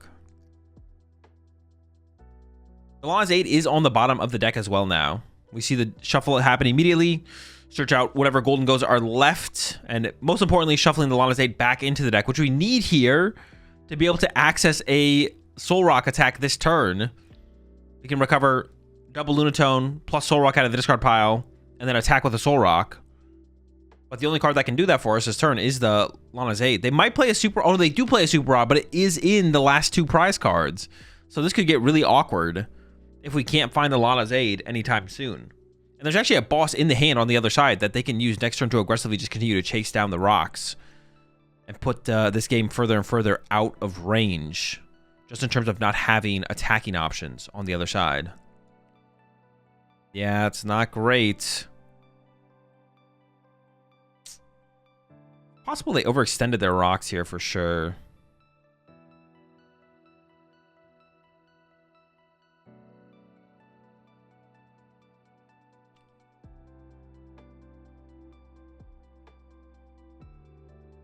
Thinking about bunching the Gimme Ghoul. We have the Arvin to play as well. I mean, if you play a Pokegear, you could Arvin for Pokegear. They probably don't play one, though.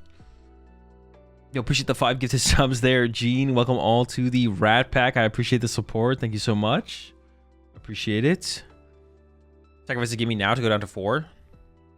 I'd probably push up a Golden Go, to be honest. Oh, I see what you're saying. So then we can just go into the Cram next turn. Yeah, I guess that's not terrible. And it looks like that is what the line they're going for. But there's a boss in the hand. We could just see them go boss KO Lunatone. In fact, I think that's probably going to be the play here. I did not have an answer for the one card that hard counters your deck.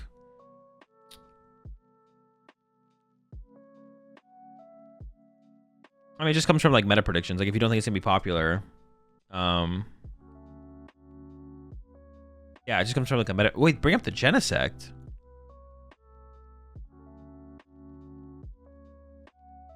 Maybe they're trying to play around the Cram, not give 2 turns of Cram, I guess. It feels weird, though.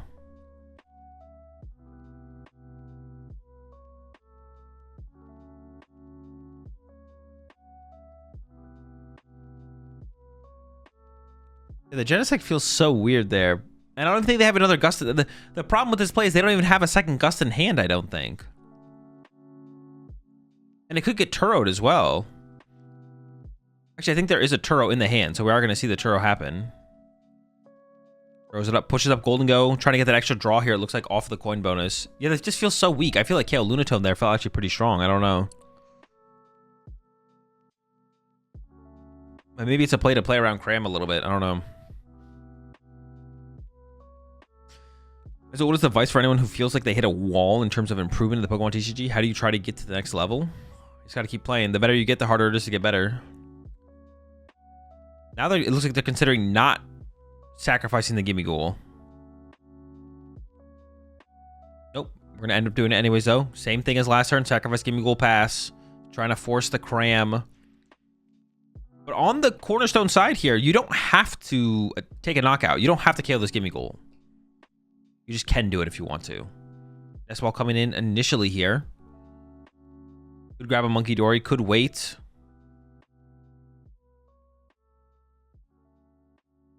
No Monkey Dory grab. There is one in hand. They might be out of Monkey Dory. Vessel this turn seems like the best. Yeah, there's the Vessel. And the Bravery Charm. I mean, once the second Cornerstone gets set up, things are feeling tough for sure. Do they play double fighting, I guess is a question here, though, for sure. They do. Oh, my goodness. I don't know if you can overcome 2 Cornerstones. The Cram tech can only go so far. I feel like the Cram, you could maybe get through a single Cornerstone if you're aggressive. But aggressive is... We've been anything but aggressive on the Golden Go side here in this game, to be honest. Fighting gets committed. Has the Bravery Charm as well. Could commit that. Also, doesn't even need to attack to turn on Cram here. You could just pass. You could wait until you have a little bit more setup ready to go before you start swinging. Nothing wrong with that, I don't think, here, to be honest. And yeah, they don't want to give the Cram play over. They just pass. I guess also, in this situation, you don't even know how much recovery they have for the Soul Rocks and Lunatones. There's 2 Lunatone and a Soul Rock in the discard pile. If you don't know their recovery count, you might think they might not have no option besides the Cram here, so... Just wait a little bit longer, establish your board a little bit more before you start swinging. There's an Arvin here.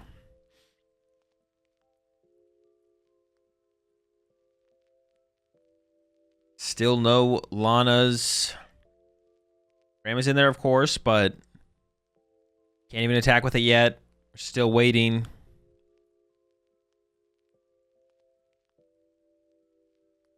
Vitality Band, and it looks like they were right up the Nest Ball. That would give them access to the Cram on the next turn, of course.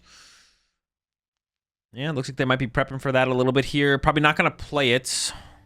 They maybe don't want to show the Cram.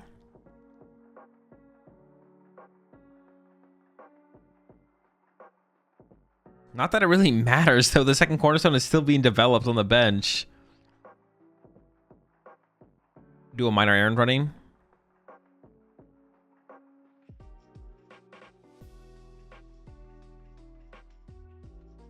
All right, going to the minor errand running here. Detaches a fighting and not metal there. I don't know if it really matters, though, I guess.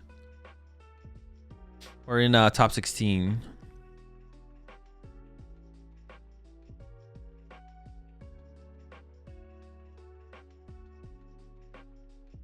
All right.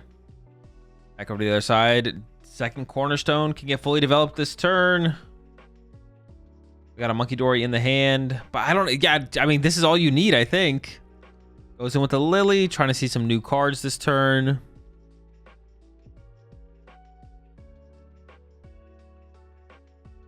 Six new cards.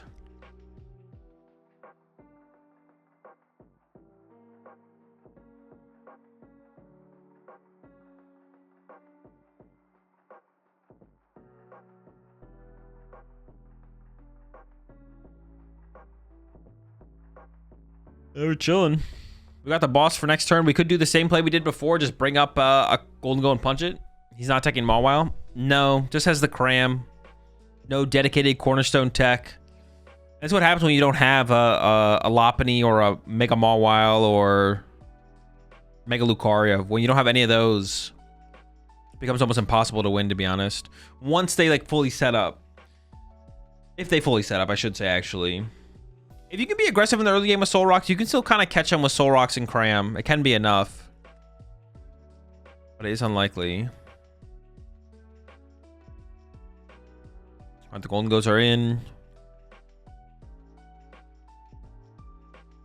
I mean... Gotta do something at some point. Have we still not found the Lana's Aid? Just into the... No, the Lana's Aid is just still in the deck. Is it? Yep, it's in the deck. I mean, we'll get there eventually, theoretically. But now, like, decking out actually becomes like a real loss condition, to be honest.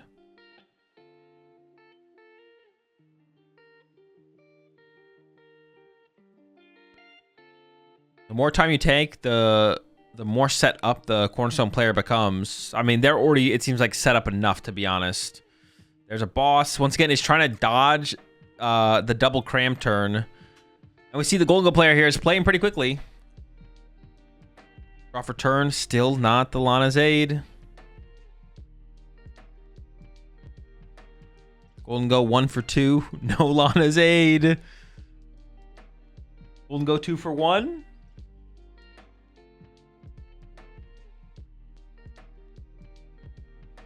Nope, still no Lana's Aid. This is... Oh my, they actually, it might just be the last card in their deck. It might end up being the last card in their deck. Who knows?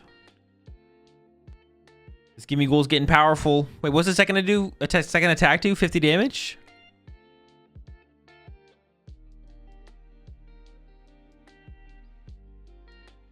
There we go. There's the retreat and pass. Draw for turn.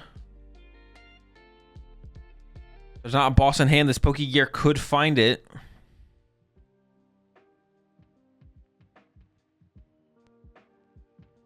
There it is. If we KO the Golden Go this turn, that means they can only Cram once for 120.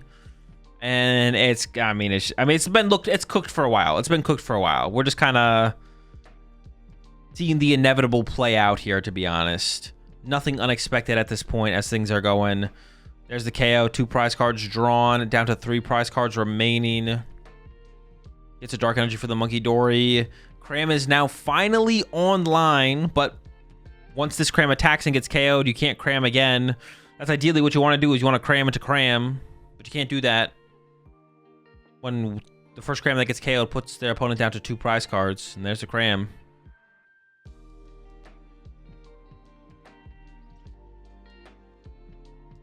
You guys still need to go down to 3 prizes to win on time. Well, no, that's only in Swiss, right, though? This is top cut.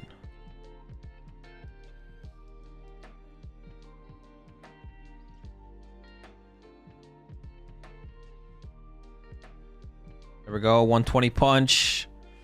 Then return KO. There's even a Monkey Dory in hand, so you could heal some more damage off this thing. And you could sacrifice up to 2 Monkey Dories still in this game. Yeah, we see contemplating it here. In top cut and Swiss's double game loss. Wait, what happens if you don't get down to 3 then? What happens? Someone has to advance.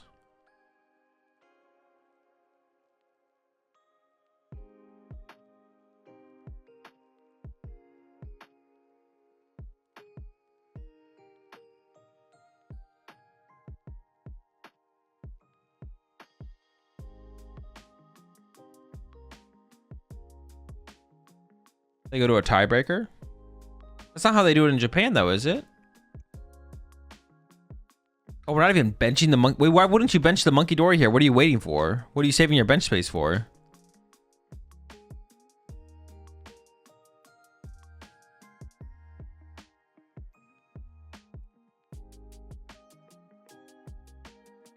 It feels really weird to not put down the Monkey Dory in the dark. I just don't know what we're saving the bench space for there. All right, there's the knockout. There's the draw. Still need the Super Odds in the final 2 prize cards, so we still need the Lana's Aid now. We can't attack with Cram anymore. But, I mean, you attack with 2 Soul Rocks in a row here, and you still lose anyways. So it doesn't really make a huge difference. We're actually attacking with Gimme Ghoul here. Gimme Ghoul gonna get in there.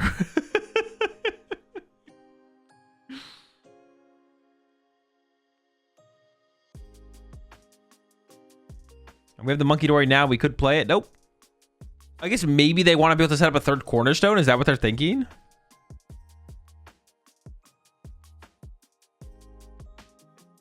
Maybe that's what they're playing for, is the 3rd cornerstone. There's nice for cornerstone eventually. But obviously just back-to-back attacks with this cornerstone, or these cornerstones, works just fine. I got 150, 60, 70. Oh, they can't even get the KO with a Soul Rock. Oh my gosh. Can't even KO it.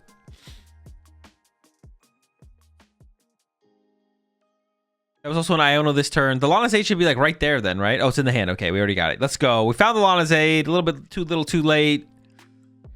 And the game is completely cooked. I mean, you can see they're still trying to do some kind of cooking. They're trying to come up with something, but there is... Why does that energy look so weird? Do you guys see what I see? Under the Soul Rock, like right here. What is that? Why does it look like that? Oh, you can't see my mouse. Right here, what is this?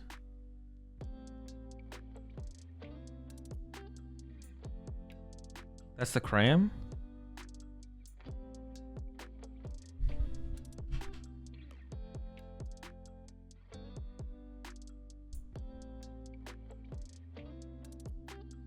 Oh, I see it now, dude.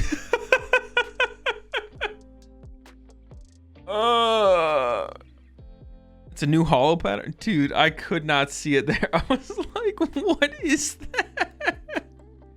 I was like, is it a new energy? Like a hollow energy? Mega Absol with the stones gets the dubs. Okay, some mid-match action. Top 16, Guardy Jelly versus Charizard. Bro, the Manders are out in this one. What the heck? 4 Manders on the field?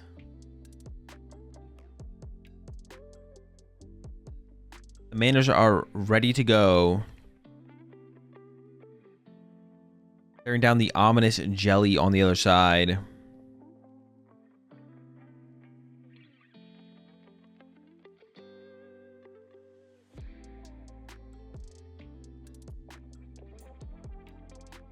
How did you and Chip become friends? By both of us playing the Pokemon TCG. We are Mandarin. We stay Mandarin and pandering. And then 2 Ralts, 2 Monkey Dory on the other side of the field. Dude, all right, the 4 Charmander has to be Troll, though. Why is there 4 Charmander in play? Any new good decks? Not that we've seen, no.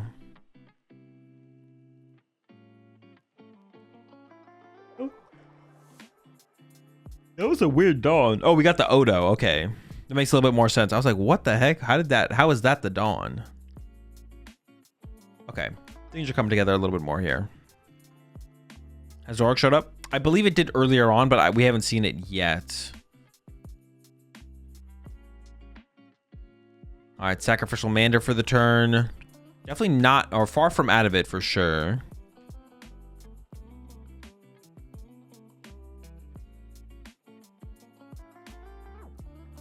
So why is your Mega Kangle list in the YouTube video description is different than the video? Did I miss something? Oh, is it? I maybe messed up the import.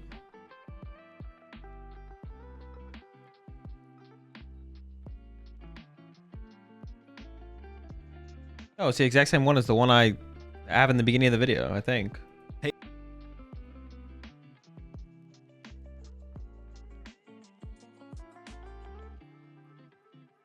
I fixed the blowtorch in the end. No, it's the exact same one I have. You just have to watch the whole intro.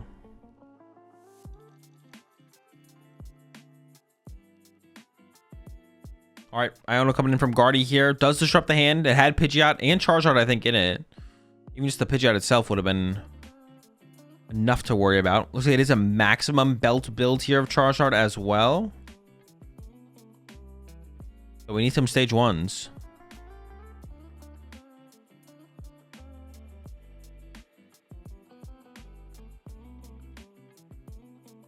All right, there's another KO. We did also get our Curly established. We did just take the first 2 prizes.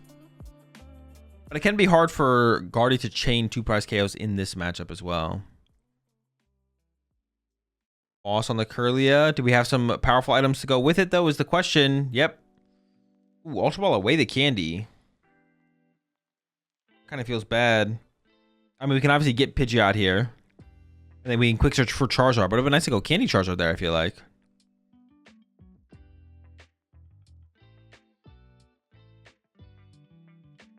I wonder what the other 3 cards in the hand were.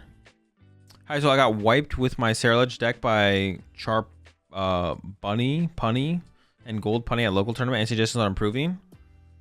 I'd play better. Play more to play better. Play more to play better. Eat the punnies.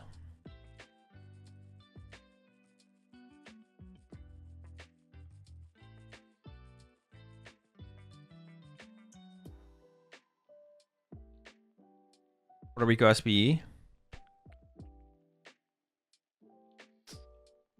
Oh, melons, why I toss the candy? That is hella melons. And that does play better around TM Devo, so I guess that does make sense. Hella. That is 3?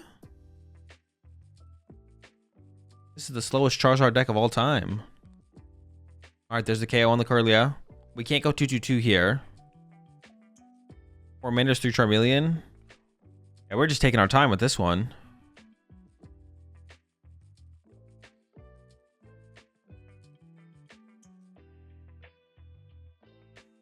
Thinking about pushing the Jellicent, but isn't convinced that's the right play here. All right, now we're gonna commit to it. Any tips on playing Dango to Charizard? He has a 1 prize board state. 4-3-3. 3 Charizard as well. That would be a lot. That would be a lot of Charizards. We can go a little slower against Guardy, can't you? I mean, we're more so discussing the list, not how you approach the matchup. Yeah, we're talking about the list specifically, not how you want to play the matchup.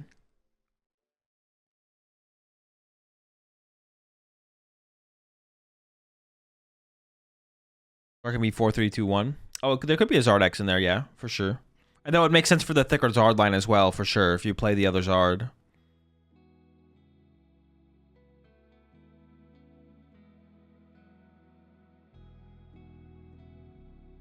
They don't have Charizard Y yet, no, so it's just the Charizard X. All right, Fez, need to get put in place. There's another 2 prize liability on the bench, but I guess you couldn't really play around like to put Gardevoir in play anyways. The Curly, it does get established. No Candy Guardy, though, yet. So it's just going to be a Jelly Punch, which does set up for TM Devo eventually. But it feels like we're a ways away from that. I guess you could also just play for a 2-hit, though. Like, you could 2-hit this Charizard and then KO the Pidgeot on the next turn or something like that. That could be the play we see here. There's the quick search. It looks like they're going after boss, though. I think they're going to boss up the Kirlia again. And actually, if we do just take a one prize knockout here, we get off like the potential of the counter catcher. So they can't like counter catcher Pidgeot punch that instead of for like a bigger TM Devo play or something like that.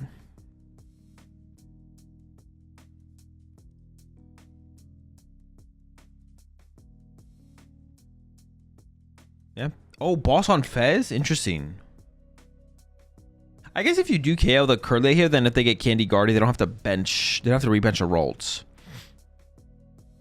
Getting a 2-prize knockout and but losing a boss feels like so big there. That's now 2 boss gone. I mean, I guess you could make the call as the Guardy player that they only play 2 boss and now they're out of boss. So as long as you don't give them counter catcher, they can never gust.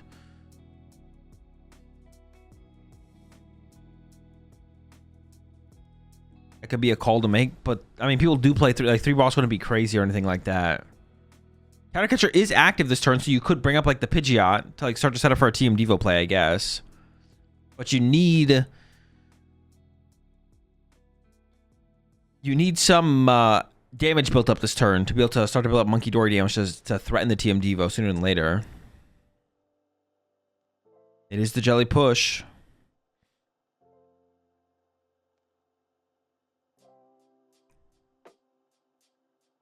Could we say about Briar play? Yeah, I guess Briar's possible.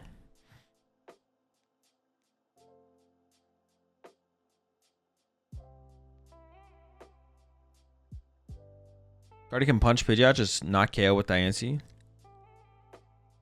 You see the 5 new EXs cards revealed? There was 5? I don't think there... Was there 5?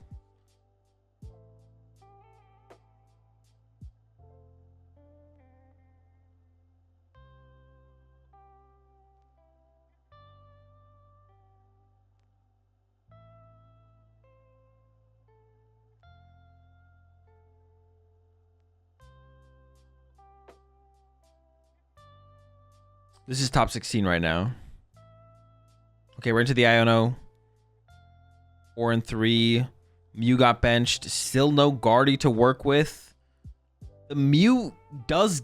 Oh, the Mew is actually kind of good here, right? As long as we get the Candy Guardy or just the Guardy. Uh-oh. Something tells me they did not find Guardy here. With 80 on the active, we could have gone Mew, knock out the active, into Mew KO of Charge on the next turn to win the game. Yeah, the Mew lined things up for the prize exchange for them, but it looks like they whiffed. Vish, you should ask me that question one more time. Briar threat? Well, that's fair. I guess the Briar threat is there, but a lot of people don't play Briar. A lot of people don't play Briar in Charizard builds that don't have Dusknoir. Maybe there's something different going on over in Japan.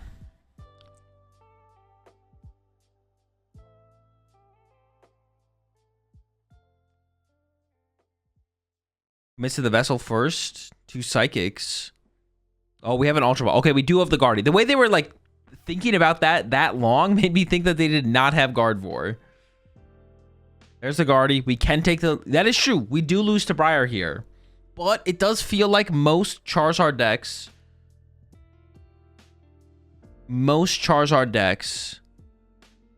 that don't play Dusknoir don't play Briar. Let's see, though.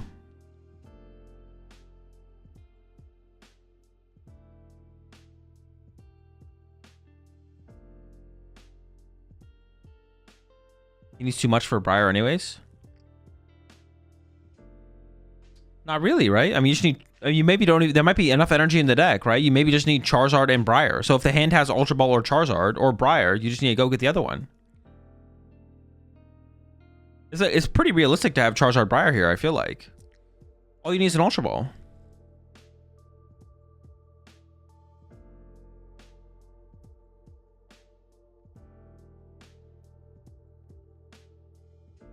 Yeah, I feel like you really don't need that much. 8 minutes left. Plus Fez Draw 2. Yeah, the potential of Fez Draw as well, yeah. Well, not really, right? Because you have to Ultra Ball for the Fez. If they play Nest Ball, maybe, but they probably don't play Nest Ball. And if you have Ultra Ball, you Ultra Ball for Charizard. There's the Mew knockout.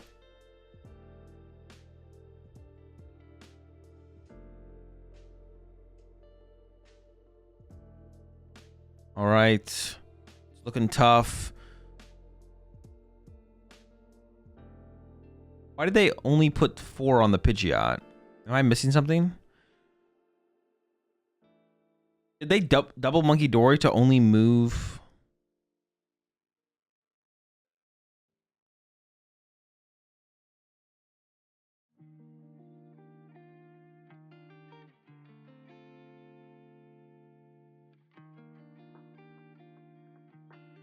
All right, well, here comes the quick search.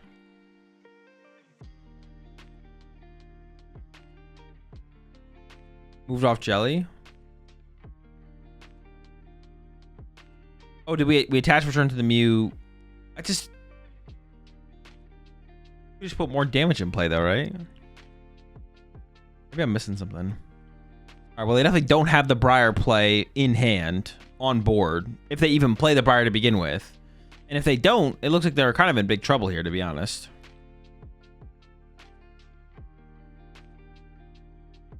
I guess all you can do is Iono plus KO active, right? And then just hope there's no... I mean, Iono KO active is pretty decent here, right? That's not that bad. Iono to 2 plus KO the active, as long as we can get there.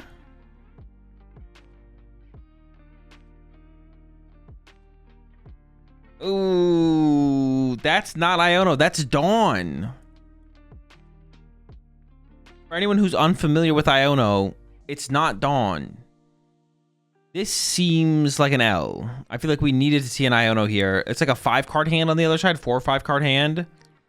I don't think we're surviving a 4 or 5-card hand when Nitrogen for Mew or Screamtail. There's so many win conditions here, right? Screamtail's a win condition, right? I think so.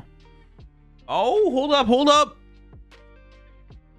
Maybe we can't write off Chi-Yu just yet.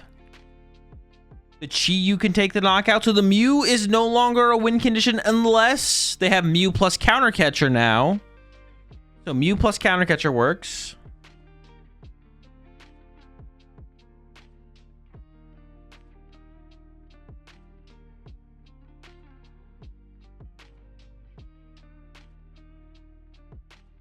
Or Screamtail. Mew plus Counter Catcher or Screamtail are the outs here. But you can't bench Fez. Then you lose your bench space. The Fez got KO'd earlier, so that'd be a Nitrogen anyways. Well, I guess... No, I guess that's still relevant. Oh, Battle Cage does get put into play as well, though. That stops Monkey Dories from... Oh, wait. Actually, hold on. Maybe it has to be Counter Catcher plus Mew now. The Battle Cage is huge. The Battle Cage is a big deal.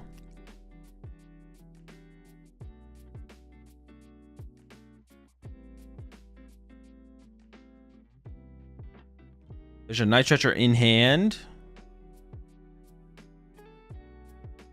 Oh, wait, can't Guardy get the win here? Guardy Counter Catcher? Is that enough? I'm trolling, I think, right? Yeah, Guardy Counter Catcher is enough. So if we can Fez into Counter Catcher here, we have game. We don't need Mew. We can just go after the Pidgeot on the bench with Counter Catcher. We did lose access to the Screamtail, of course, immediately when we benched the Fez. But with the Battle Cage in play, we need a Stadium Bump and a Screamtail.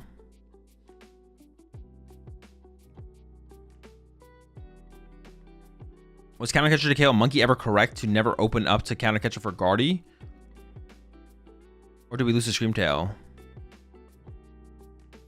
No, I think... Oh, no, Counter Catcher KO the...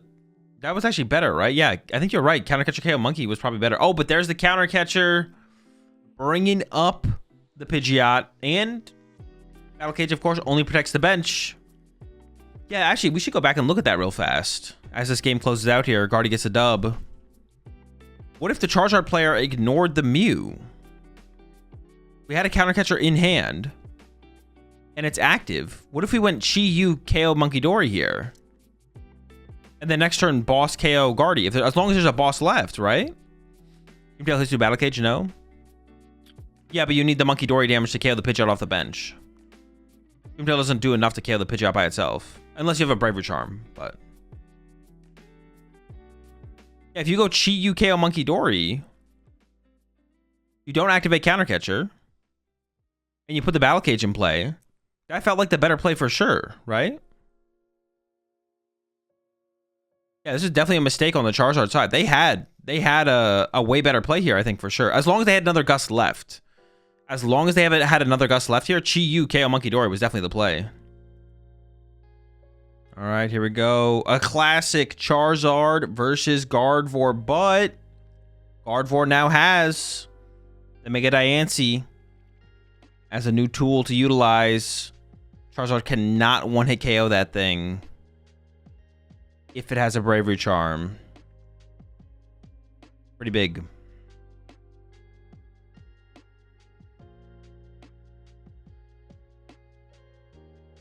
Is it valid to tell your opponent to speed up their game? Not for you, no, because you're the slowest player. So that'd be cringe if you were telling anyone to speed up their game. Can't have that.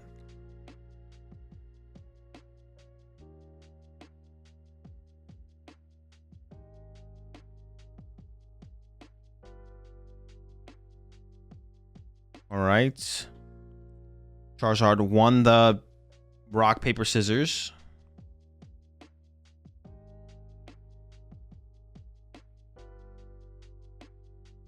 Looks like maybe no basic there. Okay, both players with no basic. It is...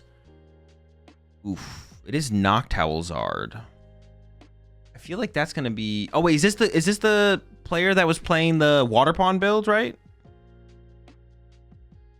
I think it is the Water Pond build. Okay, so... Oh, but it has Dusknoir in there as well. I don't know, that's kind of scary, to be honest. Seems scary for Guardy to deal with that.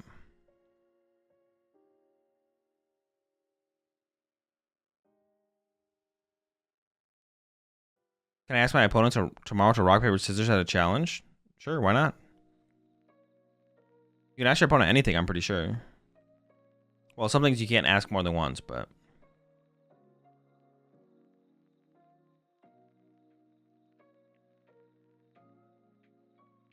It is cash, yeah.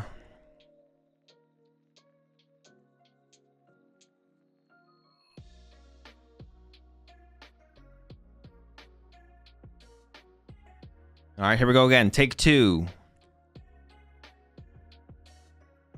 No mulligans. Monkey Dory. I didn't see the start on the other side. Let's see these prize cards, though. 2 Noctowl, but I think it is a 4/4 Noctowl line. 2 Lilies. You don't mind the Clefairy. 3 draw supporters. Okay.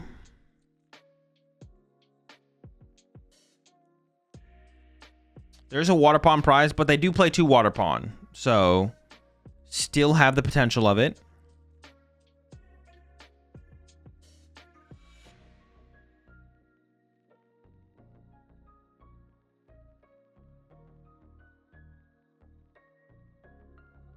All right, here we go.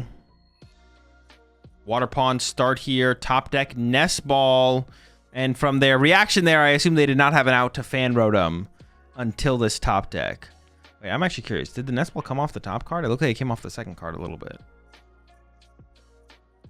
No, it did. It was the top card. Yeah, they're way too excited to have already had Fan Rotom in their hand. There's no shot.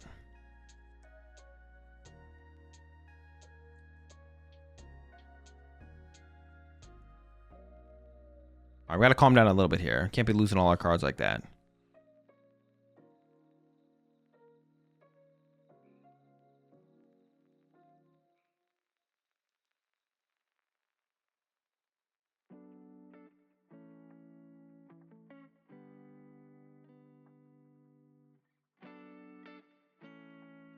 Hoot Noctowl. And then the question is, what else do you grab? Do you grab the Pidgey or do you grab the Charmander? The question sounded weird. I just had that happen to me. Oh, double Hoothoot. Okay. Wait, are we done? Maybe we're not done? Oh, we can't grab Charmander off this. What am I saying? We could grab Pidgey. Happened to me last cup where someone told me to speed up and then made clock hand gestures. I don't know what a clock hand gesture is, but yeah. Your opponent can ask you to speed up if they think you're playing too slowly. And if you don't, they can call over judge if they really want to, but... You do have to maintain a reasonable pace of play throughout a tournament of the, or throughout a match of the Pokemon TCG. Oh, well, we got the water attachment though, so we can attack with Water Pond next turn at the very least. Like they start throwing out the YMCA or something. Pull out a clock and start tapping it like the rabbit.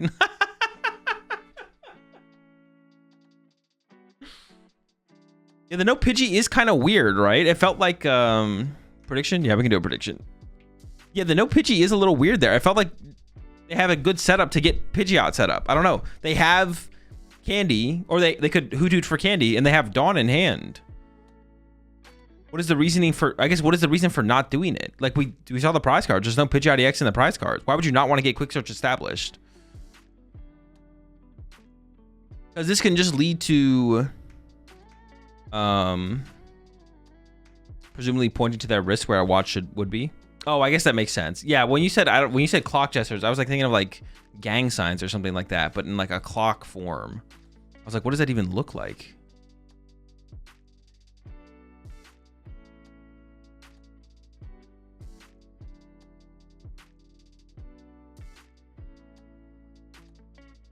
This is an obvious water pump into Iono bricked board Guardy GG win. I could see it. That's a classic for sure.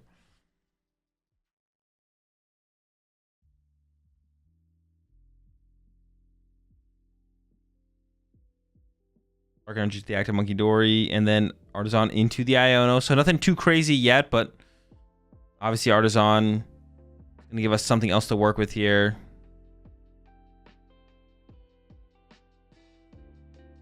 Got ourselves a Ralts. We can get another Ralts off the Artisan. We are safe from the Water Pond Snipe on the next turn through Attach plus Crystal.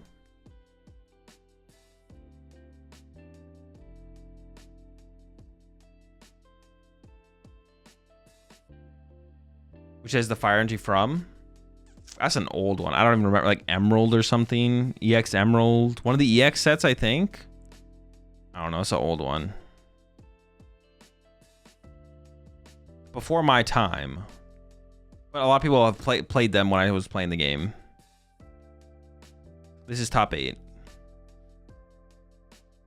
Power Keepers. Holland Phantoms. What the heck? I guess no one knows. It's lost to time. Okay, we have 3 for Holland Phantoms, 1 for Power Creepers. I forget what I said. 4 for Holland Phantoms. I think the Phantoms win this round. All right, into the Artisan immediately here.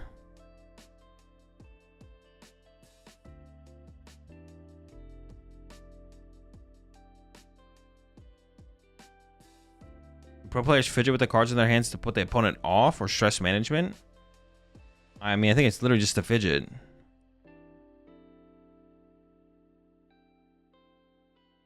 I think you're the first person who's thought about it that hard. I'm not gonna lie. All right, we're into the Artisan. Charmander's coming out. Yeah, I think you're the first person who thought about it that hard.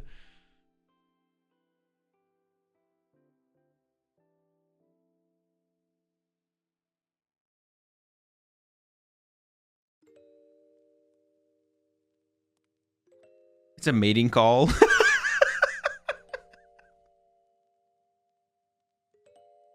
Yep. They use it to attract other Pokemon players with their hand shuffling.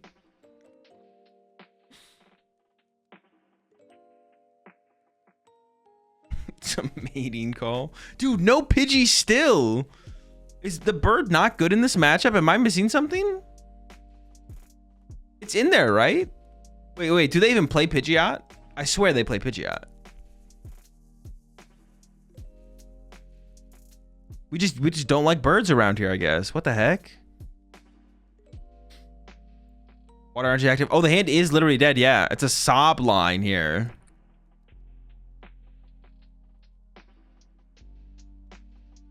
Sob for 20. Okay, well, obviously this is not where you want to be here. The Mind Bend at the very least could come in. That would be pretty devastating, or pretty tough to work through. I'm gonna start with the Lily here. And we're looking for Curlia. We can't retreat the Monkey Dory, but Mind Bend is good enough this turn. Let's see.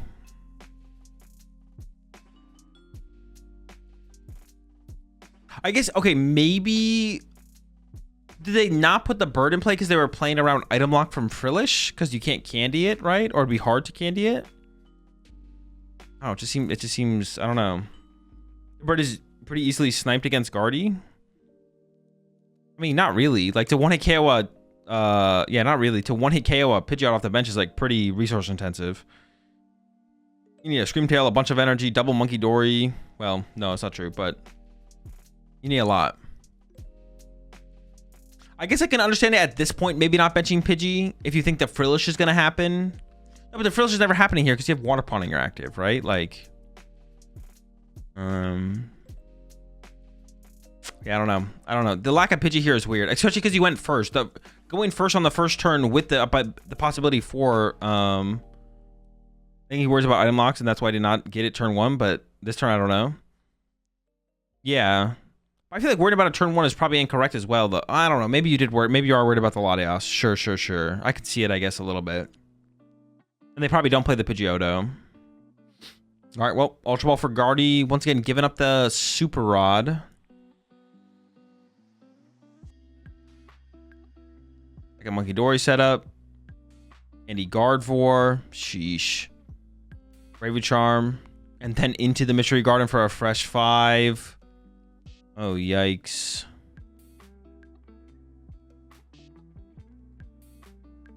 We are sobbed here, of course, so we're stuck in the active, but Mind Bend plus double Monkey Dory to move 4 to 6 damage counters to the other side of the field.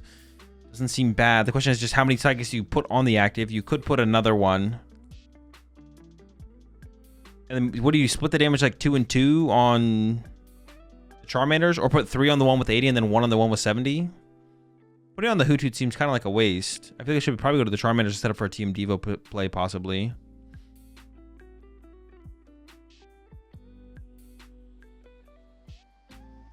Just goes with this 2-2 split.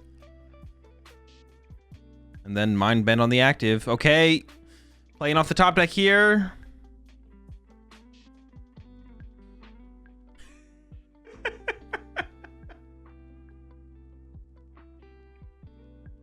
Bro, his reactions are, we're going for the sob through the Mind Bend confusion. It's a heads.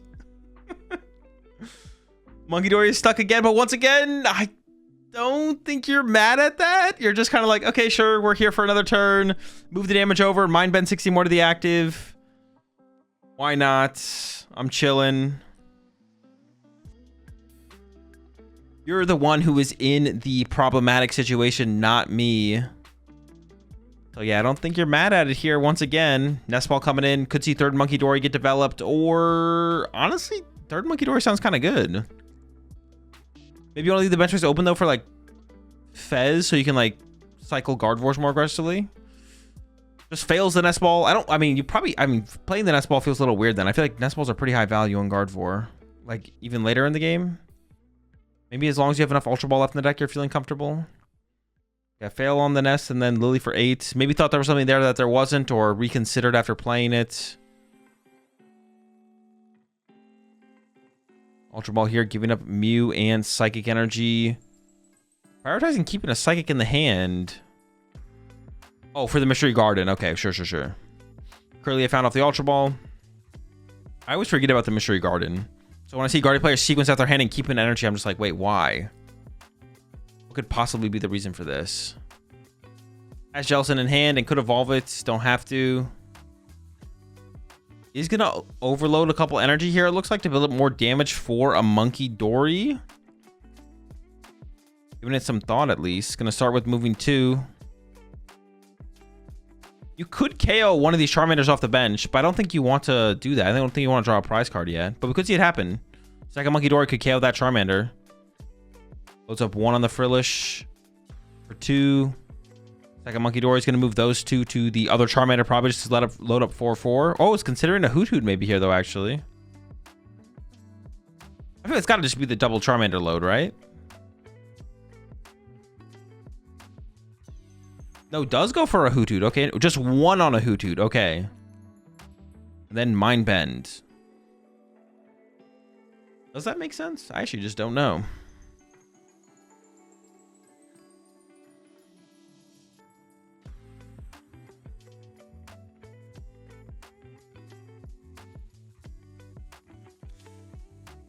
Into another Sob flip. Gets tails this time. This is not looking good. You have so much freedom here on the other side. Go into the item lock of the Frillish or the Jellicent. The Jelly does... Oh, the Jellicent is actually just disgusting here, right? Well, actually, no. Isn't Frillish just better? Because we could see Boss Candy Charizard. They've done nothing their last couple turns while not being under item lock, so I guess you know that's not possible, right? Yeah, so you're not afraid of that, I don't think, I guess. And now we're into the item lock of the Jellicent. Put a couple extra energy onto the active. Do some Monkey Dory shenanigans as well. 3 damage built up. Could KO the Charmander, or could just like get the Charmander closer to getting KO'd. Is going to get aggressive. Takes the KO on the Charmander. I think an Iona was pulled off that prize card there. Could load up a couple more energy on the active, and then punch the other Charmander on the bench for another 30 from a Monkey Dory damage spread, or you just punch with the Jelly, take the KO. 3 prize card lead for Gardevoir is really good. Dude, honestly, watching Gardevoir get a prize lead is just annoying.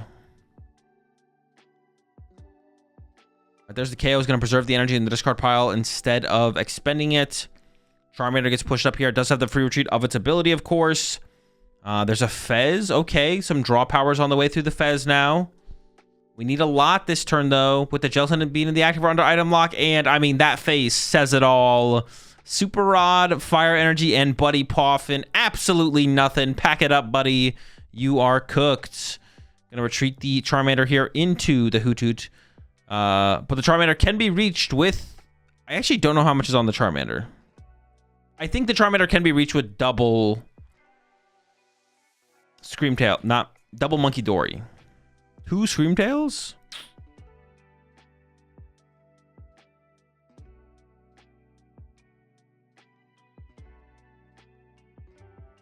I mean, you could Nest Ball for Screamtail here, or... Oh, it looks like maybe he's considering the Frillish, just running between Frillish and Jellicent here. I kind of like the Frillish go for here, to be honest. And then KO the Charmander off the bench with double Monkey Dory. That seems pretty chill.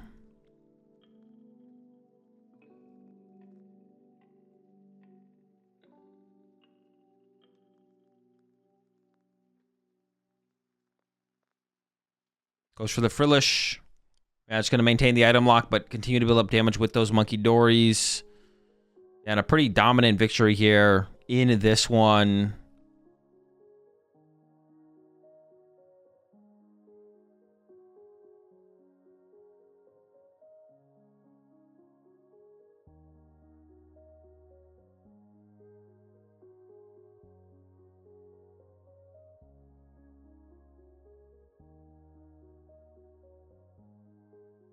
More to the active. I assume we're going to KO the Charmander here, right? How much more do we need? Yeah, I think we need 6. 6 on the active now. Double Monkey Dory moves the 6 to the bench Charmander, and then the Frillish can punch the Hoothoot for 20. And that does put us in range to win next turn through double Monkey Dory onto the Hoothoot. Plus Jellicent knockout. There's 20 more to that Hoot. Top deck for turn is... probably not good enough, but we also have Pheasantipity to work with, which will also give us nothing. Plenty of energy in the discard pile to move everything. The only like win condition I could have ever seen here would be like Boss Gardevoir if there's not enough energy in the discard pile to retreat it, and then KO it on the following turn with a Candy Charizard or something like that, but play is not available. They're doing some math real fast, but I can't even think of a win. If you had the perfect 10 card hand, I don't think you could even win with that. The only out at this point is to flip the table. But make it look like it was, how do you pronounce his name again? It's not Sanosuke, it's Sanosuke. Make it look like it was like Sanosuke's fault. Flip the table, blame it on Sanosuke. GG. Just needs Thorn plus Grand Tree into Charizard. Yeah. And like an unfair stamp through item lock or something like that. Roxanne.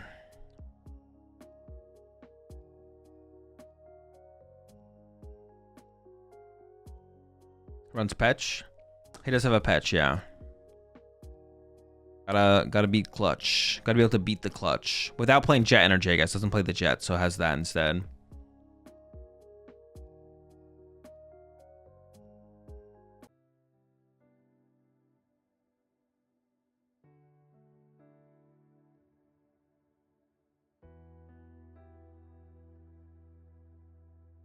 Now Surge's Strat, Green's Exploration, and like Iono or something, Trust. He's got it. Trust. There's the pass. I guess we don't have game on board 100% because if you KO the Hoothoot here, then the Fez can get pushed. But we're going to be pretty close to game overall.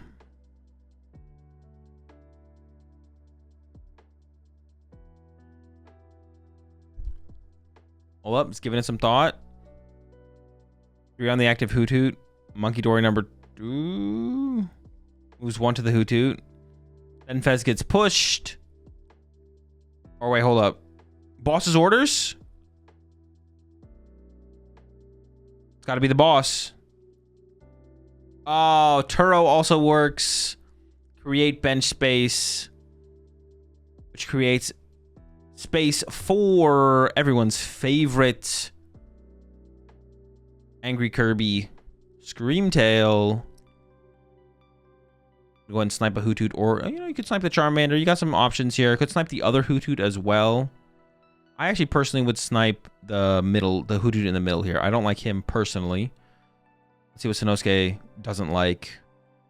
Ooh, that's a little bit overkill. We don't need that. That's rude. That's just unnecessary. Ooh, and really hates Charmander here.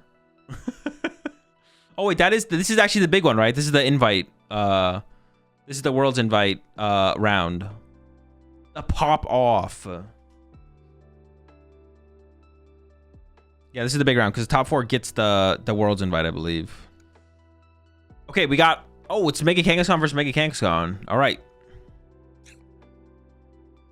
Top cut prediction is up. Ryuki went 1-3 and I went 1-3. Does that mean I'm just as good as Ryuki? Yep. Have any recognizable players gone on stream today? Yes, we just saw World's runner-up Sanosuke get the dub and move into top 4 on the other side of the bracket in the last round. All right, 1 Kangaskhan prize, 1 Ogerpon prize, the Petch prize. Maybe that's the most notable prize for like the potential mobility is the Petcheron. On the other side, just a lot of supporters. I mean, Ursaluna can be a late game attacker in this matchup, but that's in the first 2, so it shouldn't be a huge deal. I honestly don't know how this... Oh, the Mist is a big deal in the mirror, right? Mist is a big deal.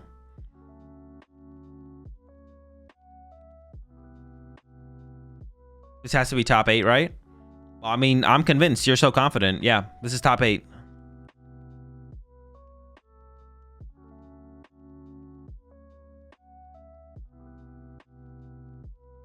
Okay, Monkey Dory start versus the Kangaskhan start. Obviously, one of those is a little bit better than the other.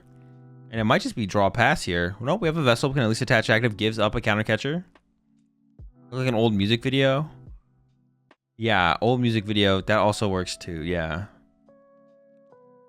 It looked like it just didn't. It looks just so out of place.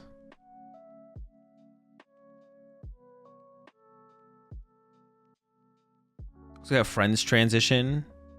Or yeah, like an opening montage to like a sitcom or something like that. Like, it didn't look like they're at a Pokemon TCG tournament.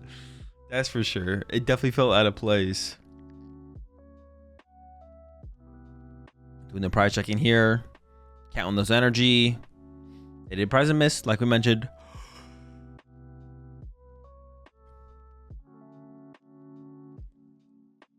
What is the mirror match all? I'm trying to think back to the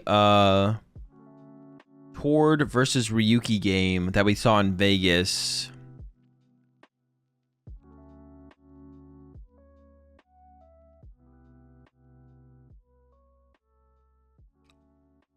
80s family photo shoot. True, true.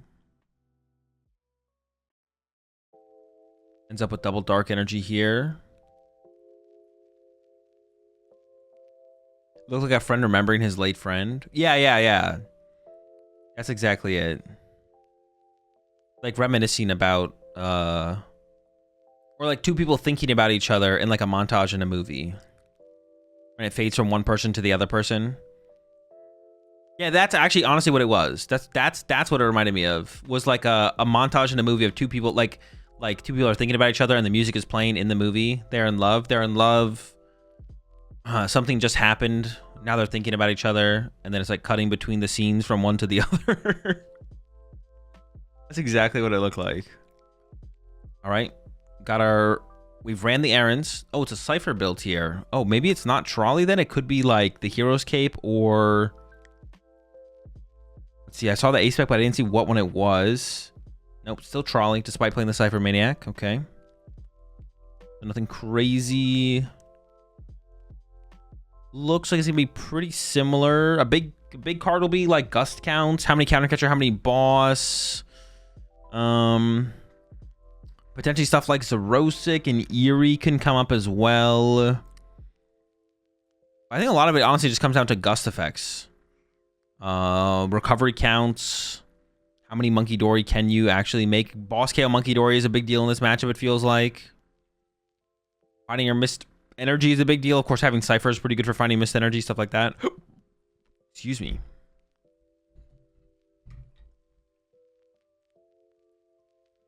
The Ryuki versus Tord match in Vegas was super interesting.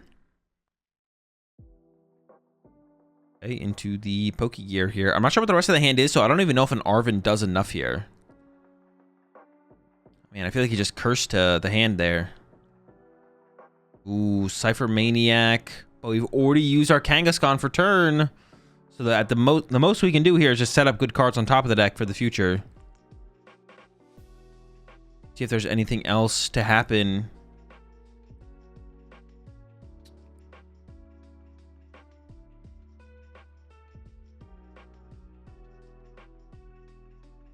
Is Dark Energy active really better than the Fighting Energy active? Just to set up for an E-switch play, I guess? Sure.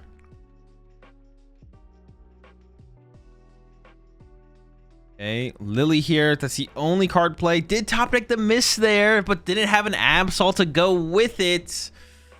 Definitely unfortunate. Finding the miss, of course, is going to be a difficult task. Found it once. Can we find it twice? Especially with one of them prize. It's going to be that much more difficult, of course. Here we go. Do they have to use official Pokemon sleeves? I don't think so. I'm pretty sure no. Ugh. Oh, we got the Turbo Energized, but no good targets. Okay, but on the other side, there was still no Turbo Energized. We have the Arven for next turn, so it's not that bad, right? Like, this is fine. Yeah. We would have loved to have Turbo Energized too. We found the Mist Energy again. We did find the Mist again. On the other side, though, there's also a Mist Energy as we go into the Cypher Maniac here. Probably going to get ourselves an Absol and the Turbo Energize. Or, excuse me, Trolley and the Turbo Energize.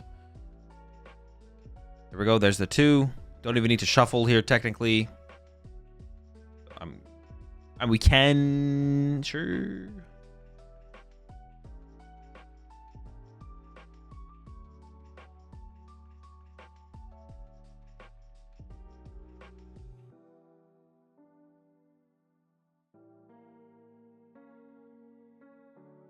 There's a trolley.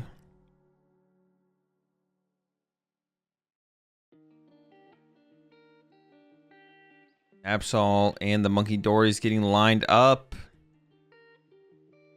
What else do you even consider here? This looks like the Petch. Yeah, the whole squad getting searched out. And we have the Mist in the hand as well. We're going to go back in. Mist to the Absol. Turbo Energize to the Absol. And things are going to start cooking pretty quickly here on this next turn.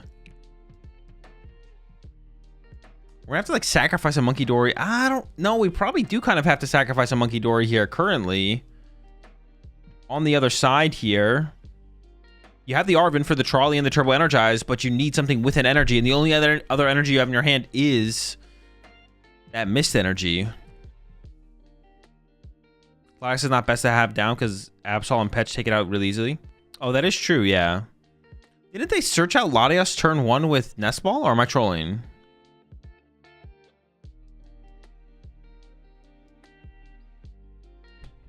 It is best of 1, yeah. They did? Yeah, that's an interesting choice there for sure. Yeah, putting the Latias in play actually does feel pretty mid. Hold up. Are we searching out on the other side as well? I forget if that's something that we saw Horde and Ryuki avoid in their match. Although in this game, actually, specifically, we don't really have a choice here because we prize our Pecharon, so we kind of have to go for Latias for the mobility. Why not Turbo Energize with Monkey Dory? Well, we can. We just lose the Monkey Dory is like the problem. Like I feel like the target in this matchup becomes Monkey Dory. Like you attack with Absol, you KO Monkey Dory, and then your opponent does the same thing. So you're kind of like offering up a Monkey Dory to your opponent. They don't even have to work for it. Like you'd rather like leave Kangaskhan in the active and your opponent punch it and then you penny it. Although, no, maybe that's not how that's gonna work, to be honest. Honestly, maybe losing the Monkey Dory is just kind of fine here. Maybe it's not that big of a deal. Well, yeah, leaving Kangaskhan in your active to let Kangaskhan gets punched doesn't seem very good either, though. All right, draw 2. Oh, another card that I didn't mention, Enhanced Hammer. Does either player play the Enhanced Hammer? Does boss KO Latias now? Seems fine. Seems free. I think I'd rather just KO the active. No. You definitely don't want a boss here. I think you want to save your boss. You want to KO the active here every time, I'm pretty sure. Well, I guess that you'd lose the boss if you don't play it, but then you lose your next best card in your hand. And Monkey Dory is like a pretty high priority in the mirror match, it's felt like. Or it seems like, excuse me.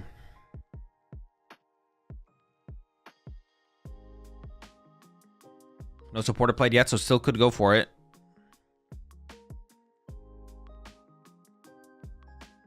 Could also penny the Latias out of play, though, as well. That is maybe the better play here. Just get the Latias out of play before it can get targeted down.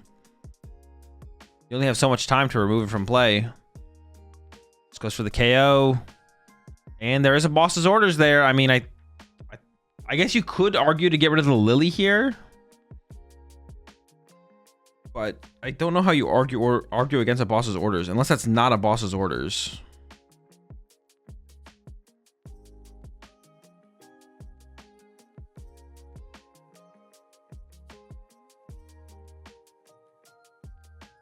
Oh, goes for the Fez? Was that not a boss? Maybe it was a boss, but maybe the Fez is worth it here. It is like another thing you're gonna want a Night Stretcher at some point, so it does take away like effectively a Night Stretcher.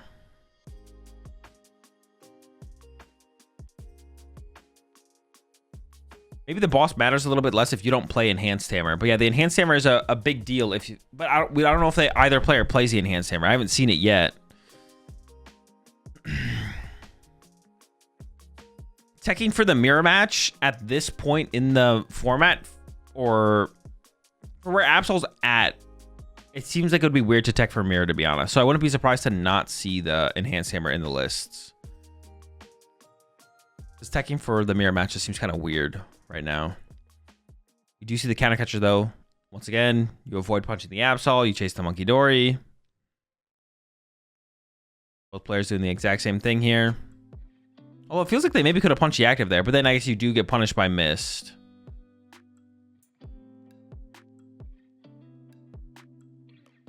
KO Monkey Dory, and now we get to remove. Oh, no, but I guess if you just. No, you have Bravery Charm, right? You'd survive. I mean, I feel like it's boss's orders, but I'm 90% certain I saw a hammer in one of those lists. I didn't see what that discard was. Oh, the Night Stretcher? Okay, sure, that also works. That removes the potential of another Monkey Dory. That's fair. Another boss top decked here. Probably what you probably didn't want to top deck that here. Because that gives like another target over to the other side. I mean, the way this matchup is developing, it looks like it's just kind of becoming a Monkey Dory war, to be honest. It does make me wonder if one of them should have actually punched the other person's Absol instead. Debating the Fez and does end up committing it to the bench.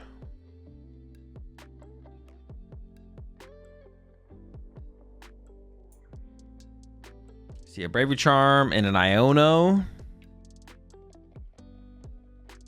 A lot of us now, I think. Why is that better than just punching the active, though?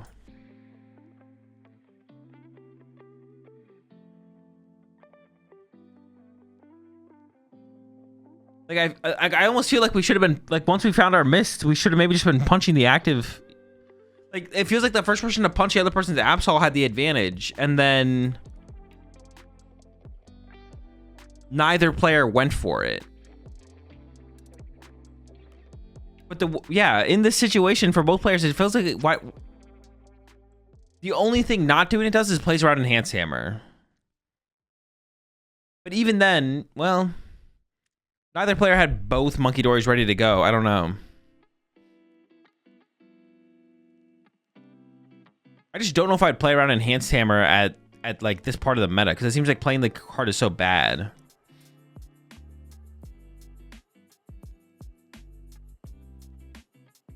Kanga also gives it 3 prizes from Terminal. Yeah, but you need like double Monkey Dory, double Dark, and Boss. Because if you don't take a knockout on the bench, you're not giving active to Counter Catcher. I don't know, it just doesn't seem that, it just seems kind of weak. I don't know. We'll see the Monkey Dory reestablished. Here's the retreat. And we're punching the active. Okay, now we're going for the active punch. I mean, the best card in there's Boss, E-Switch, Petch. The E-Switch seems decent. I don't think you're that scared of Boss here. Yeah, the E-Switch seems like the best card for sure. Let's get rid of it. Reducing the Monkey Dory plays. I mean, I guess with the E-Switch, you could have gone Boss, Kangaskhan, Terminal, right? Terminal the Kanga, and then KO 2 prizes to win the game. Like Ursaluna or something like that.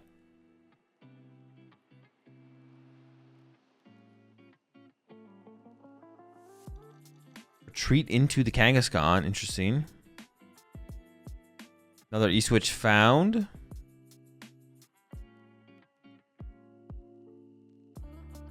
We do have the Petch in the hand, so we can get back in the active. So we could Terminal KO the Kangaskhan off the bench. Draw 3 prize cards, and then we're just an Ursaluna KO away from winning the game. But we could get Iono plus Absol on the next turn, which would definitely limit our outs there.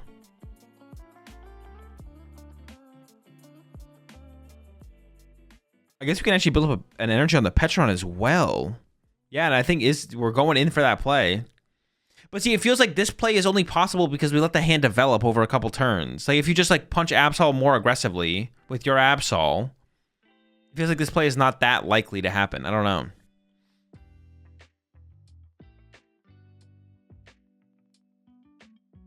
And actually, how much HP does this thing have left? Oh, do we survive? Oh, no. No, we don't. That'd be crazy. Okay, I was like, then not punching makes way more sense. But no, we don't survive. We do KO. We do get KO'd by a Claw of Darkness. So Iono plus Claw of Darkness is pretty good here. There's a KO. 2 prize cards left. But like I said, the Iono's in the hand on the other side. Iono down to 2 plus a Claw of Darkness seems pretty good here.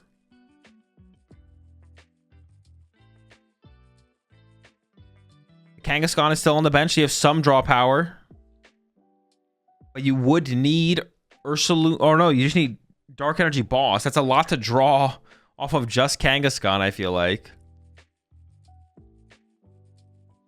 Don't need the Ursaluna here. The Petron could do it by itself. And your opponent would be at 2 prize cards, so you still need energy. Fat Bear wins. Fat Bear. I mean, you could use the Fat Bear if you want to. I guess you could go Fighting Energy, right? If because you need a Dark Energy for the pet specifically.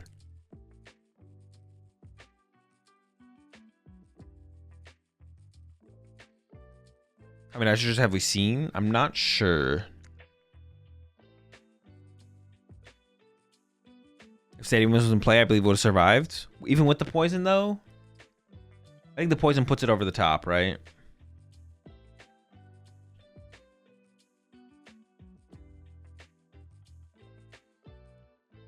All right, there's the Iono. Here we go. We need to find Dark Energy plus Gust or Fighting Energy, Ursaluna and Gust to close out on the next turn. If we don't get that combination of cards, things are looking pretty sketchy. A lot of draw power still to come in on the other side. Did draw a Dark Energy, I saw. I don't know what the other card is.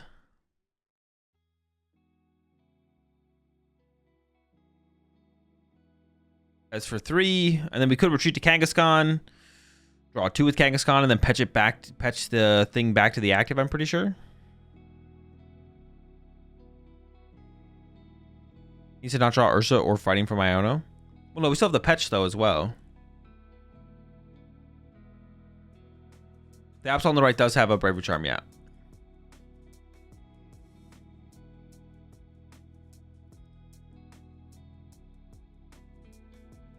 There might not be a boss in the hand currently. Actually, yeah, I don't see a boss. Is there another line of play to take here? I don't think so, right? Like, you have to KO the active before it gets healed further.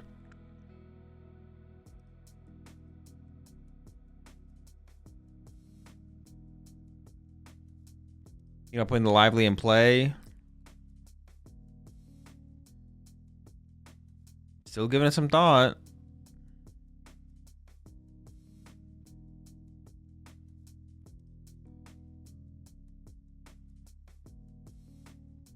All right, we're going for it. Claw of Darkness. The hand is a Dark Energy, and I can't tell what the other card is.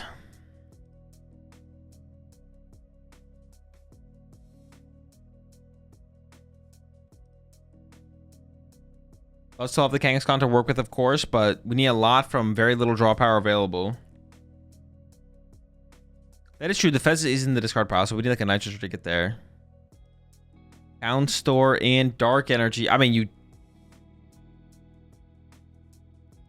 have to get rid of the Dark Energy, right? It's not even a question. What does Town Store ever give you? Nothing.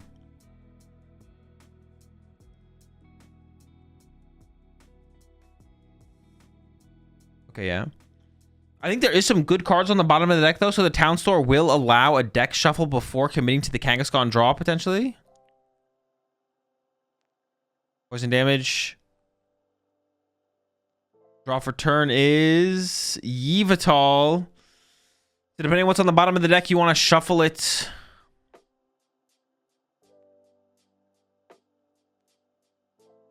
Goes into the Town Store, is valuing the shuffle, needs to get... Literally, I think you have to get Dark Energy... To win this turn, you literally need Dark Energy boss off the Kangaskhan. If we whiff, we can just retreat to a Monkey Dory and use Monkey Dory to maybe Turbo Energize to the Pecharunt, and then next turn we would need a Gust.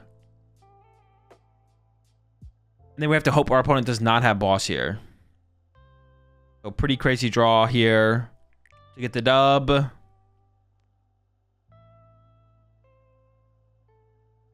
Nope, we got a Fighting Energy and a Duck. All right. Well, you can Turbo Energize, set up the Petch, pray for no boss, because the Latias will be going down to the Claw of Darkness.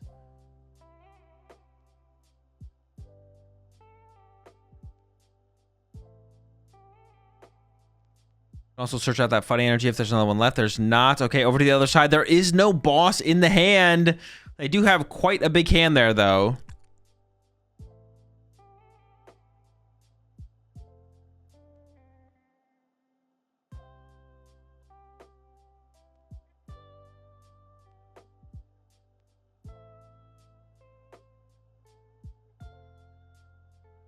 You do have draw power with the Kangaskhan as well. Treat, draw 2. Hope for a boss. We do have access to Town Store, so we can also shuffle the deck if there's bosses on the bottom. I feel like there is boss on the bottom of the deck.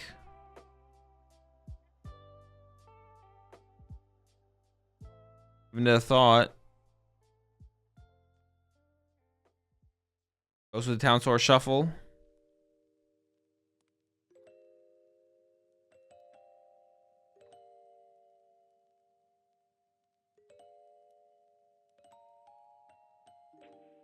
No tools, but gets the shuffle. Has the draw 2 with Kangaskhan, and then... Is there a Pokegear in the hand? There might be a Pokegear in hand.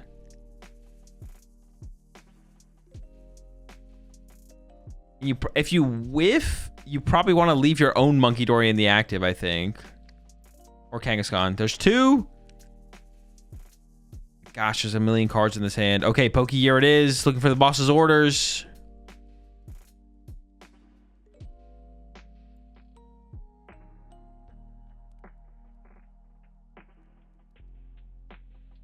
There it is. Okay, a couple boss's orders.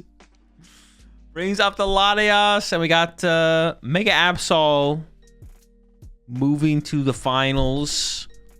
Up against... I guess we don't know yet, right? We don't know what the matchup is. Sanosuke gets the rock, paper, scissors win, which means gets to choose first or second. So that'll be a big tell here. Whether or not first or second was chosen. Does have the Mew to start with to get into a turn 1 Frillish. If second was chosen. And did have the Ralta option as well, but chooses the Mew. You also a pretty powerful attacker in this attacking option in this matchup as well. Prize cards, 1 Guardy prize, but I mean, that's like fine. Mulligan on the other side as well, so he's gonna have some extra cards to work with. The finals is best of 1. Yeah, we're in the finals right now. It is a best of 1. I think they give him 5 more minutes in Top Cut, so instead of 25 minutes, they get 30 minutes. But they've had that through all of Top Cut at this point. Already looking like a pretty good start here for Sanosuke.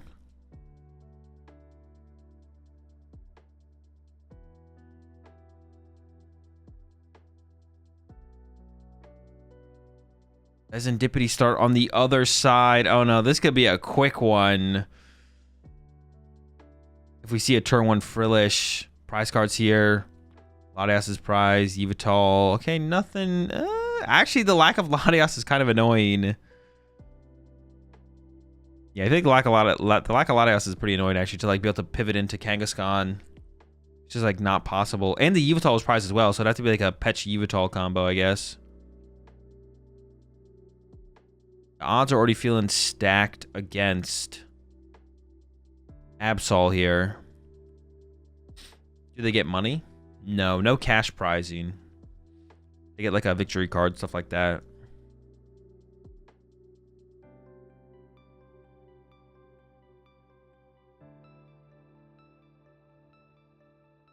Okay. Is there the turn 1 trolley? No, there is the Kangaskhan though. Okay, that is actually a really good top deck here. We do have Energy Retreat as well. We can actually start to draw some cards with the Kangaskhan. That's actually a pretty big deal. Considering not doing it maybe there for a second, but yeah, obviously it's just going to be the play. Draw 2. Can we find that trolley? No. Oh, dude, I saw the Monkey Dory and I thought for a second. But this isn't terrible. This isn't terrible. It started off, I feel like, really bad. Or the potential seemed bad, but I came around pretty quickly there. What is that other card in the hand? I can't tell what that is. If that's a Cypher, then I feel like we definitely should have played the Knife Stretcher for the Dark Energy there so we could go Cypher into Turbo Energize plus the Absol. But I can't tell what that is. I think it is a Cypher. Yeah, that's a misplay then to not go for that, because now we're going to get Frillished here, and it's going to be hard to find anything. Now we're relying on the top deck here on the Absol side. But if we just play the Stretcher there, we had set up Absol on the next turn through Frillish item lock. What you have to imagine is what Sanosuke is going to go for here.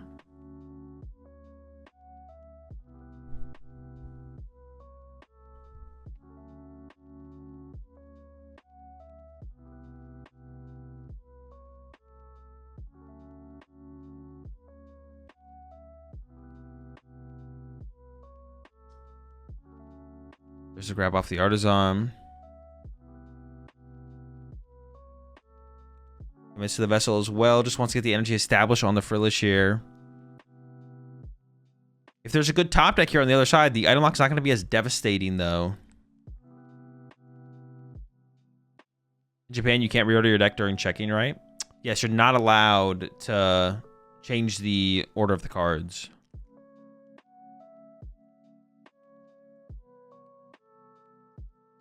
Looking at this camera angle for your next cup. I could. The camera angle here is not like a different camera. It's just the top-down view warped to make it look like it's for first person or stretched. But it's literally the exact same thing there. Are we just going into the Frillish and using Frillish? What's in the hand here? Don't we have a supporter? I thought we had like a Lily. Are we choosing not to play that? What else is in the hand there? Kind of cool camera trick. Yeah, it is cool.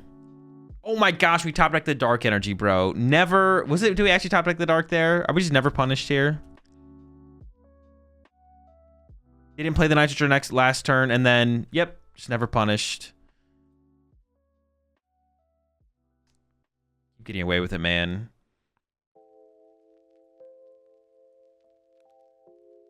Hold on, they just, dude. That'd be hilarious if they don't get punished here, and then they take Trolley instead of just the Absol, and forget about the item lock. That would be so sick.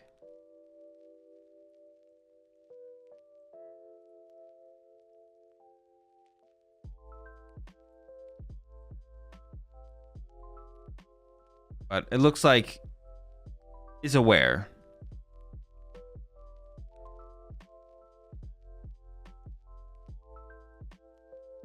Doing some thorough prize checking here.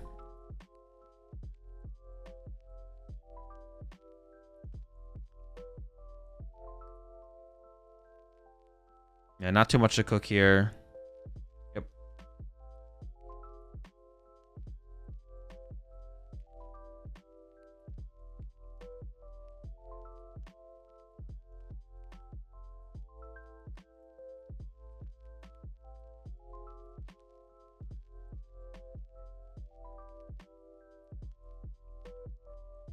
All right, Kangaskhan for 2.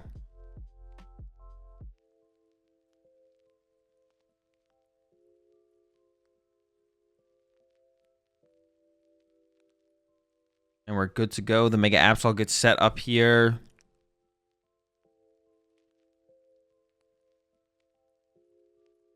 Lily and Iono to back this up. Oh, but the item lock is actually still going to be pretty tough to deal with because we did prize.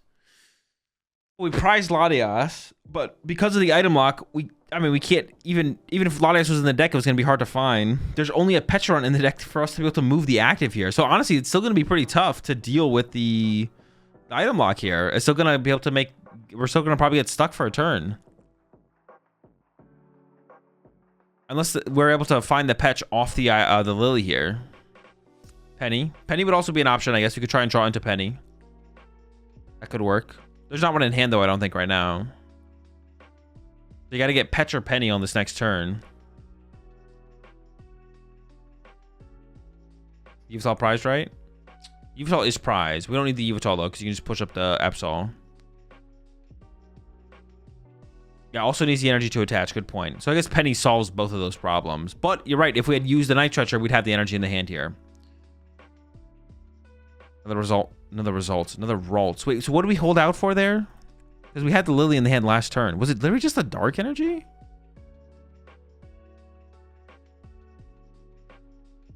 Top deck Candy, yeah. So we had the Lily in the hand last turn, just chose not to use it. Interesting.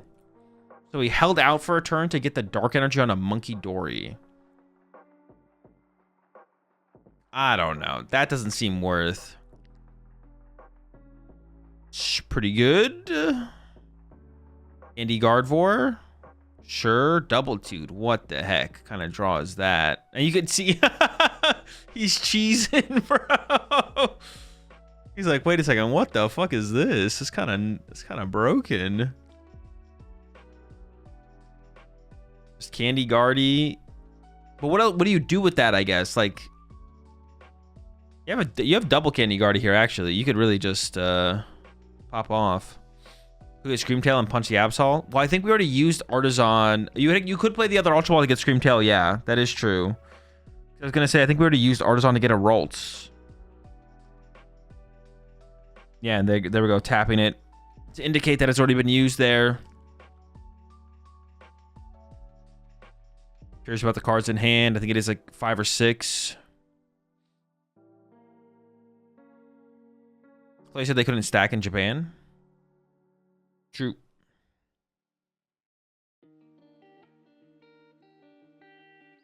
We could just see them. Nah, you could just Mew punch Kangaskhan and Monkey Dory 30 over. You could Ultra Ball for Jellicent and then just punch with Jellicent for the turn. Take away the items. We see the second Ultra Ball coming down here.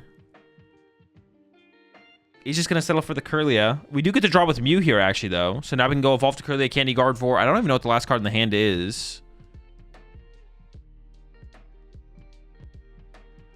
Oh, no, we just benched that one. We just benched that Ralts. You for 1. Hold up, hold up. Maybe we should have even got the Kirlia then, I guess. Maybe it's just going to be another item lock turn here.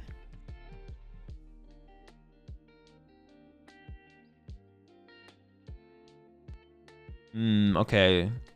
So not as aggressive of a turn as possible. Maybe he wants to build up some Monkey Dory damage here, though. And then might just settle for the item lock. It does just settle for the item lock. The hand is Kirlia Lily. Item lock for another turn. Builds up a little bit of damage on it.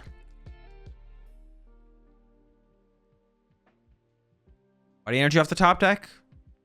That is okay, but you kind of need the mist, right? We gotta risk it for the mist here, I think, for sure.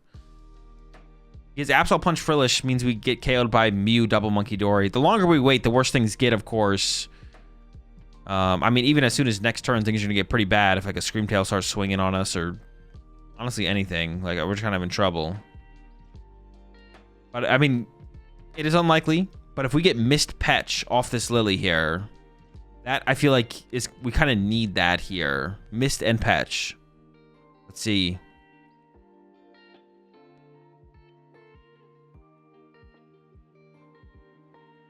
Got the Mist.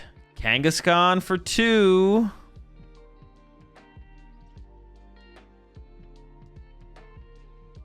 Oh, thank goodness. I couldn't handle that. All right, the Mist is a good start, though. We do have the Penny for next turn if the Kangaskhan doesn't get KO'd, but it is stuck in the active for another turn here. I mean, the Mist is already a good enough start, I think. But if the Kangaskhan can just go down next turn to double Monkey Dory and Guardy, right? Guardy EX plus double Monkey Dory KOs the active. And we'd have a Kirlia developed on the bench as well to back that up.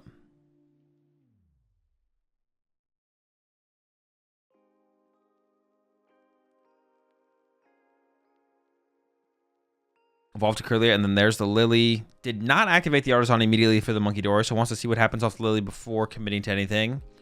Or maybe ends up with nothing on the bench, of course, as well. And then Diancie Monkeys KOs Absol after that. Oh, true. Or I guess... Oh, I didn't even think about that, to be honest. You could just go get... We could just go get Mega Diancie right now, right? Yeah, I didn't even think about Mega Diancie, but... Sure, why not, right?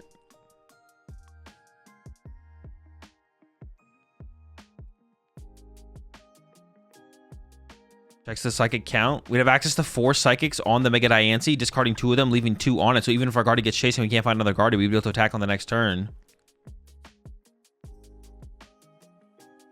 Seems pretty good to me. We got the Braver Charm for it already as well. Things are looking pretty good still here. Yeah, the Mega Diancie just almost seems like too good to not do.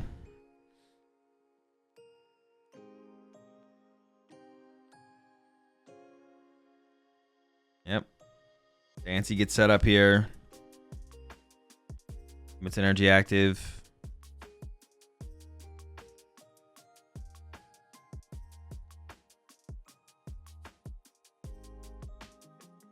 Fully loaded with 4 energy.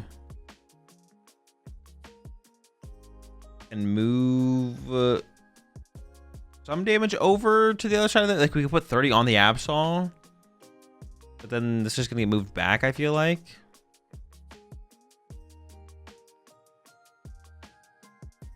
I guess you'd force a Dark Energy to be found on the next turn, though. I mean, you may as well just commit all 4, right? Not sure what the debate is here.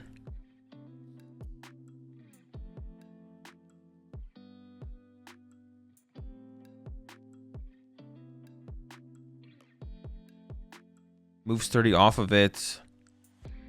Just goes to the Kangaskhan, so just plays for the heal. I don't know. Why not just set it up the all 4? Why not set up all 4 on it? Interesting. All right, there's the KO. First 3 prize cards drawn. Once again, honestly, we've been saying it this whole tournament. When Guardy gets the first 2 to 3 prize cards, things are usually looking pretty bad for you. Probably so nothing gets stuck. Yeah, but we're discarding 2 energy every time, so nothing can get stuck. Oh, the Frillish, I guess. Sure. Okay. I don't know if that's a good enough reason, to be honest. If Frillish is getting gusted into the active, I think the game is over anyways. I'm not sure if I'm buying that one.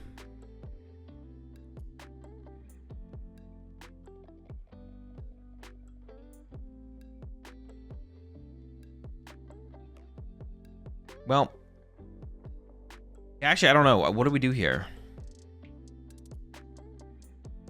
That's the Mega Diancie Bali.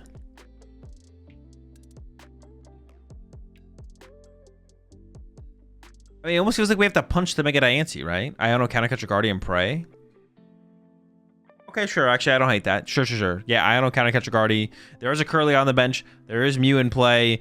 The Mega Diancie can still punch us. We gotta do something, right? There's the Iono in the hand. Just missing the Countercatcher, but we can find it off the Iono here.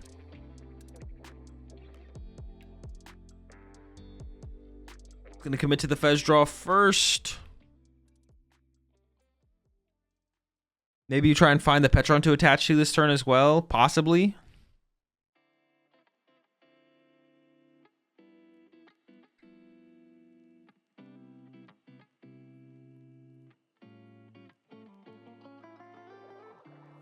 Many cards in hand, very few options. Goes for a load up on the Monkey Dory.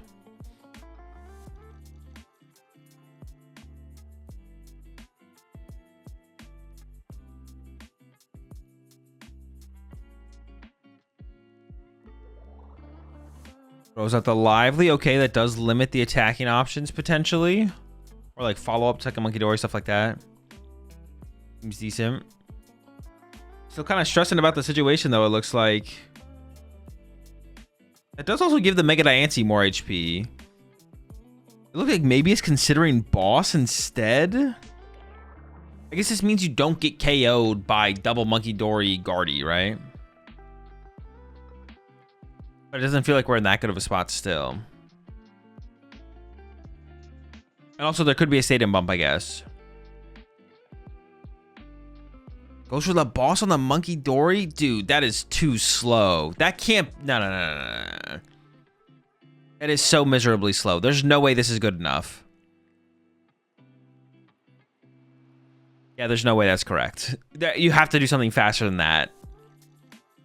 Drawing a single prize card this turn, leaving the Guardy EX in play, leaving the Diancie in play.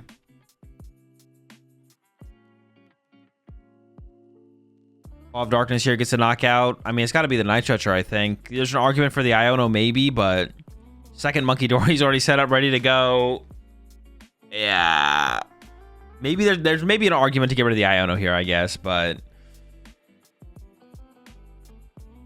I think it was probably correct to like risk Iono into Countercatcher there, right? Even doing that seems better than this. Well, that's the play we talked about doing. Yeah, that seems like the play. Play Iono, hope to hit Countercatcher, Countercatcher the Guardy, KO the Guardy.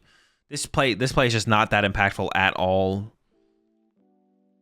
I mean, the Night Stretcher is probably the best card. There's no argument for the Iono, though. There's an argument for the Iono. Goes for the Night Stretcher, but, like, what are we even doing? What is this even? And now, oh, second card he's prized. Of course, the Absol player doesn't know that. But there's not going to be an Ultra Ball for a second Guardy setup. And just having 2 Guardies in play makes this, like... I mean, it already feels unwinnable, but... Is he scared of Mew Terminal? No, he's got a Mist Energy on his Absol.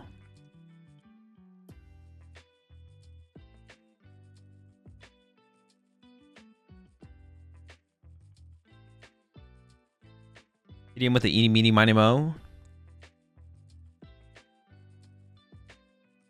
It is winnable this turn. No, it's not winnable this turn because we have the Monkey Dory. But it feels unlosable, I guess. Was it Boss Guardy, KO Guardy, then discard whatever you can search the other Guardy? No, I think I mean, Boss and Guardy still feels super weak there as well. But Boss Guardy, I think, would have been better than this, for sure. I think we should have gone Iono to try and find Counter Catcher, though, because it's like a 6-card hand.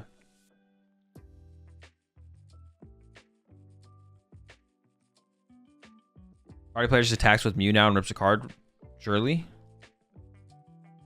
Yeah, you could. You could go with the Mew attack here. The Mew attack here seems fine. Iono plus Mew. There's an Io in the hand, so that seems decent. But also just like punch really hard with Mega Diancie. Doesn't seem terrible.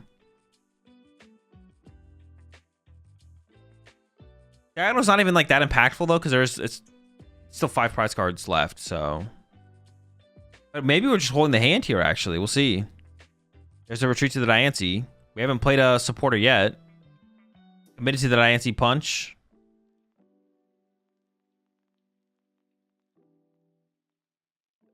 Maybe just not even going to play it.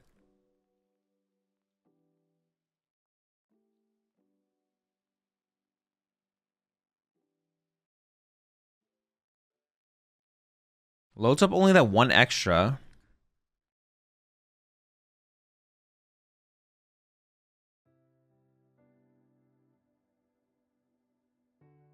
Diancie punches away. How would he even counter? I mean, how would you counter a Mew punch? How do you counter any punch here? There we go. There's the punch. 270 damage on its way to the Absol.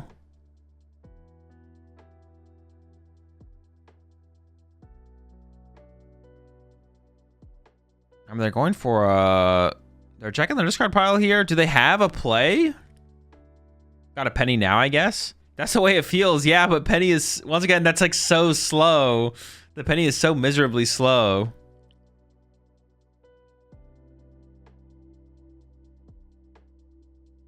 Not overloading the Diancie seems so bad. Like you could actually lose to... Well, hang on. How much damage could we put back? Oh, no, but if a Claw of Darkness happens, you win anyway. Yeah, it has to basically be Penny here. If you had like Penny Turbo Energized, maybe it's like okay.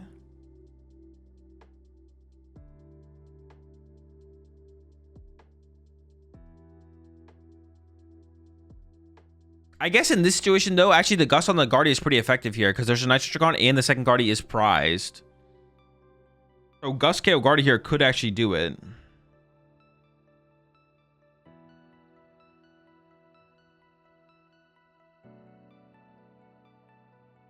Mark Energy searched out with the Vessel. Seems to be a little bit aggressive with the thinning out of the energy.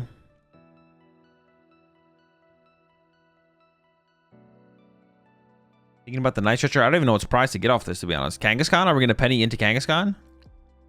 No, that can't be very good. Nope. Doesn't seem very good, but...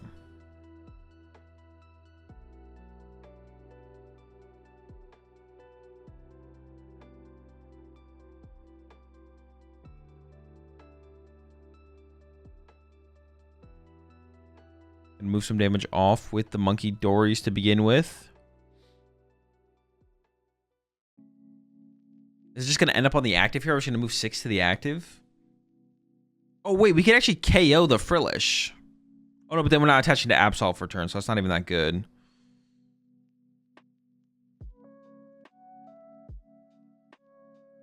Penny Absol, sack 2 1 prizes while we're charging Absol. Countercatcher, Iono Prey. stack the damage on the active here.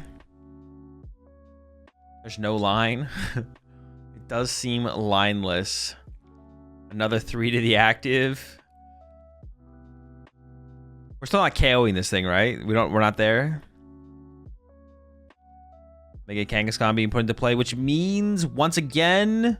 Oh, we didn't attach to Absol here. Oh, we can E-switch off and Monkey Dory next turn, I guess. There's no E-switch in the hand currently, though. And maybe he does play 2 E-switch, so maybe we can move both if one of them doesn't get KO'd. Depending on... I mean, I guess Sanosuke has to go through the active, though, so we have that going for us, maybe. Oh, there's an E-switch. Hold up. More Monkey Dories? Okay, hang on. Is there some kind of Monkey Dory?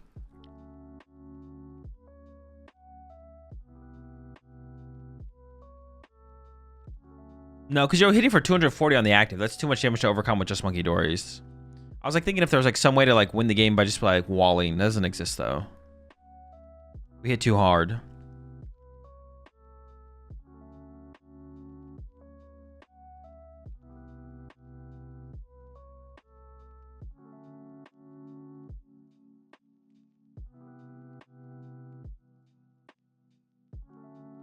Just pass, okay. Second guard is still prized, so we can't establish that. We have less Monkey Dories on this side of the field.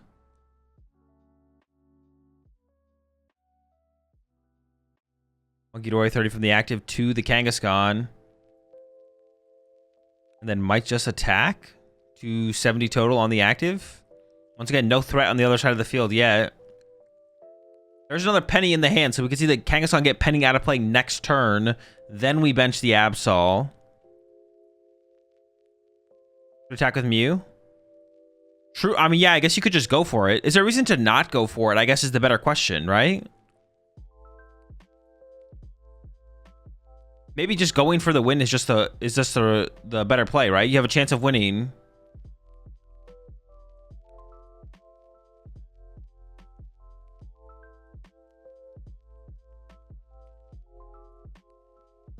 For the content?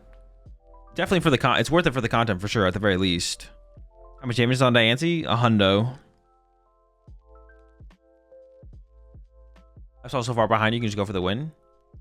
I mean, unless double E-switch... Actually, double E-switch... what if you just... No, you can't run to Frillish because you're behind on Monkey Dories.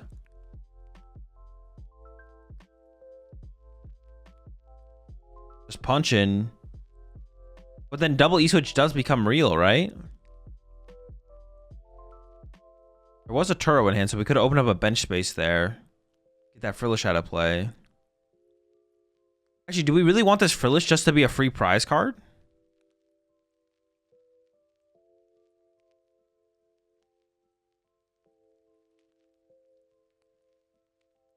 Monkey Dory number 3 about to hit the field.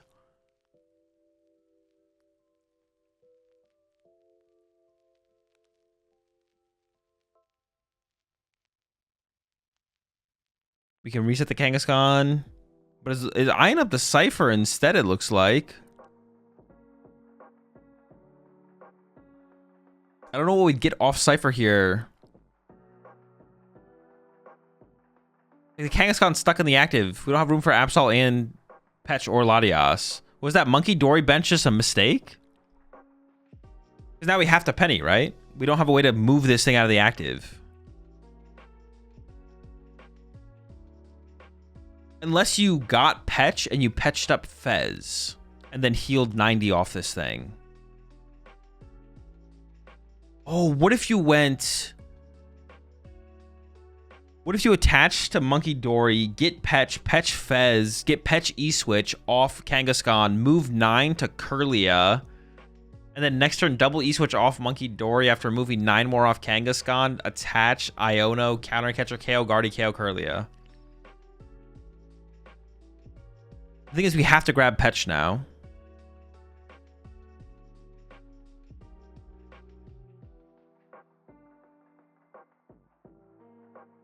The active once we played the Cypher, it has to be a Petch.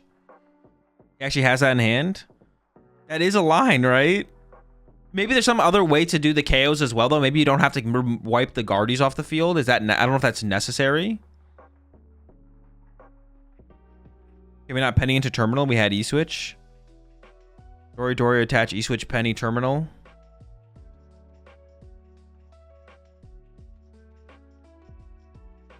Oh, you could have gone for the terminal play. Yeah, the terminal play was there.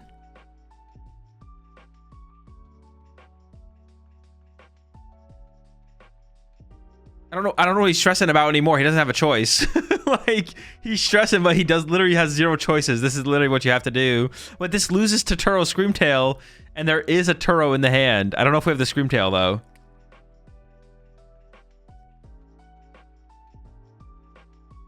Oh, no, we can't terminal. There's 90 on the... There's 100 on the... It has to be 6 exactly. Dude, I always forget that it has to be 6 exactly. Yeah, you can't do that.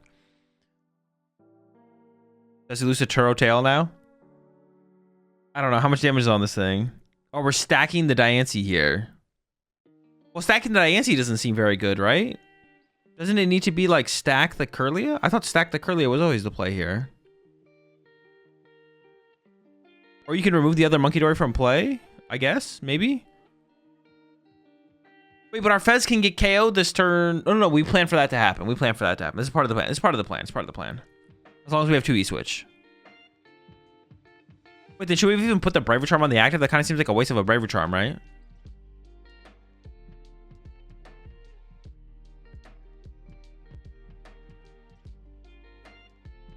Okay, we have the Turo. Oh, is that it? There's the Screamtail. I think that's it. We have second Braver Charm in hand. I don't know how many seconds are in this card pile. And we have Lively Stadium. That is a beefy Screamtail.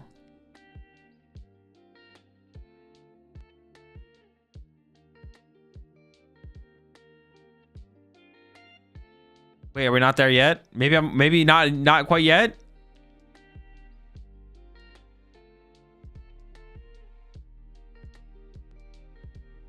Oh, I think it's 1 retreat cost. What the heck? Braver Charm. And the question is just how many psychics. I assume there's enough. Yeah, that's a lot. 2 hundo snipe the Kangaskhan, gets the final 3 prizes. Yeah, I think that was like maybe the only line there on the triple Monkey Dory plus Petron push Fez line there. Dub with Guardy Jelly Mega Diancie. I think actually the only thing that he wasn't playing was Drifloon. Had Diancie, had Jelly, played Screamtail, double Braver Charm. He didn't play the Drifloon though, I don't think. No Drifloon.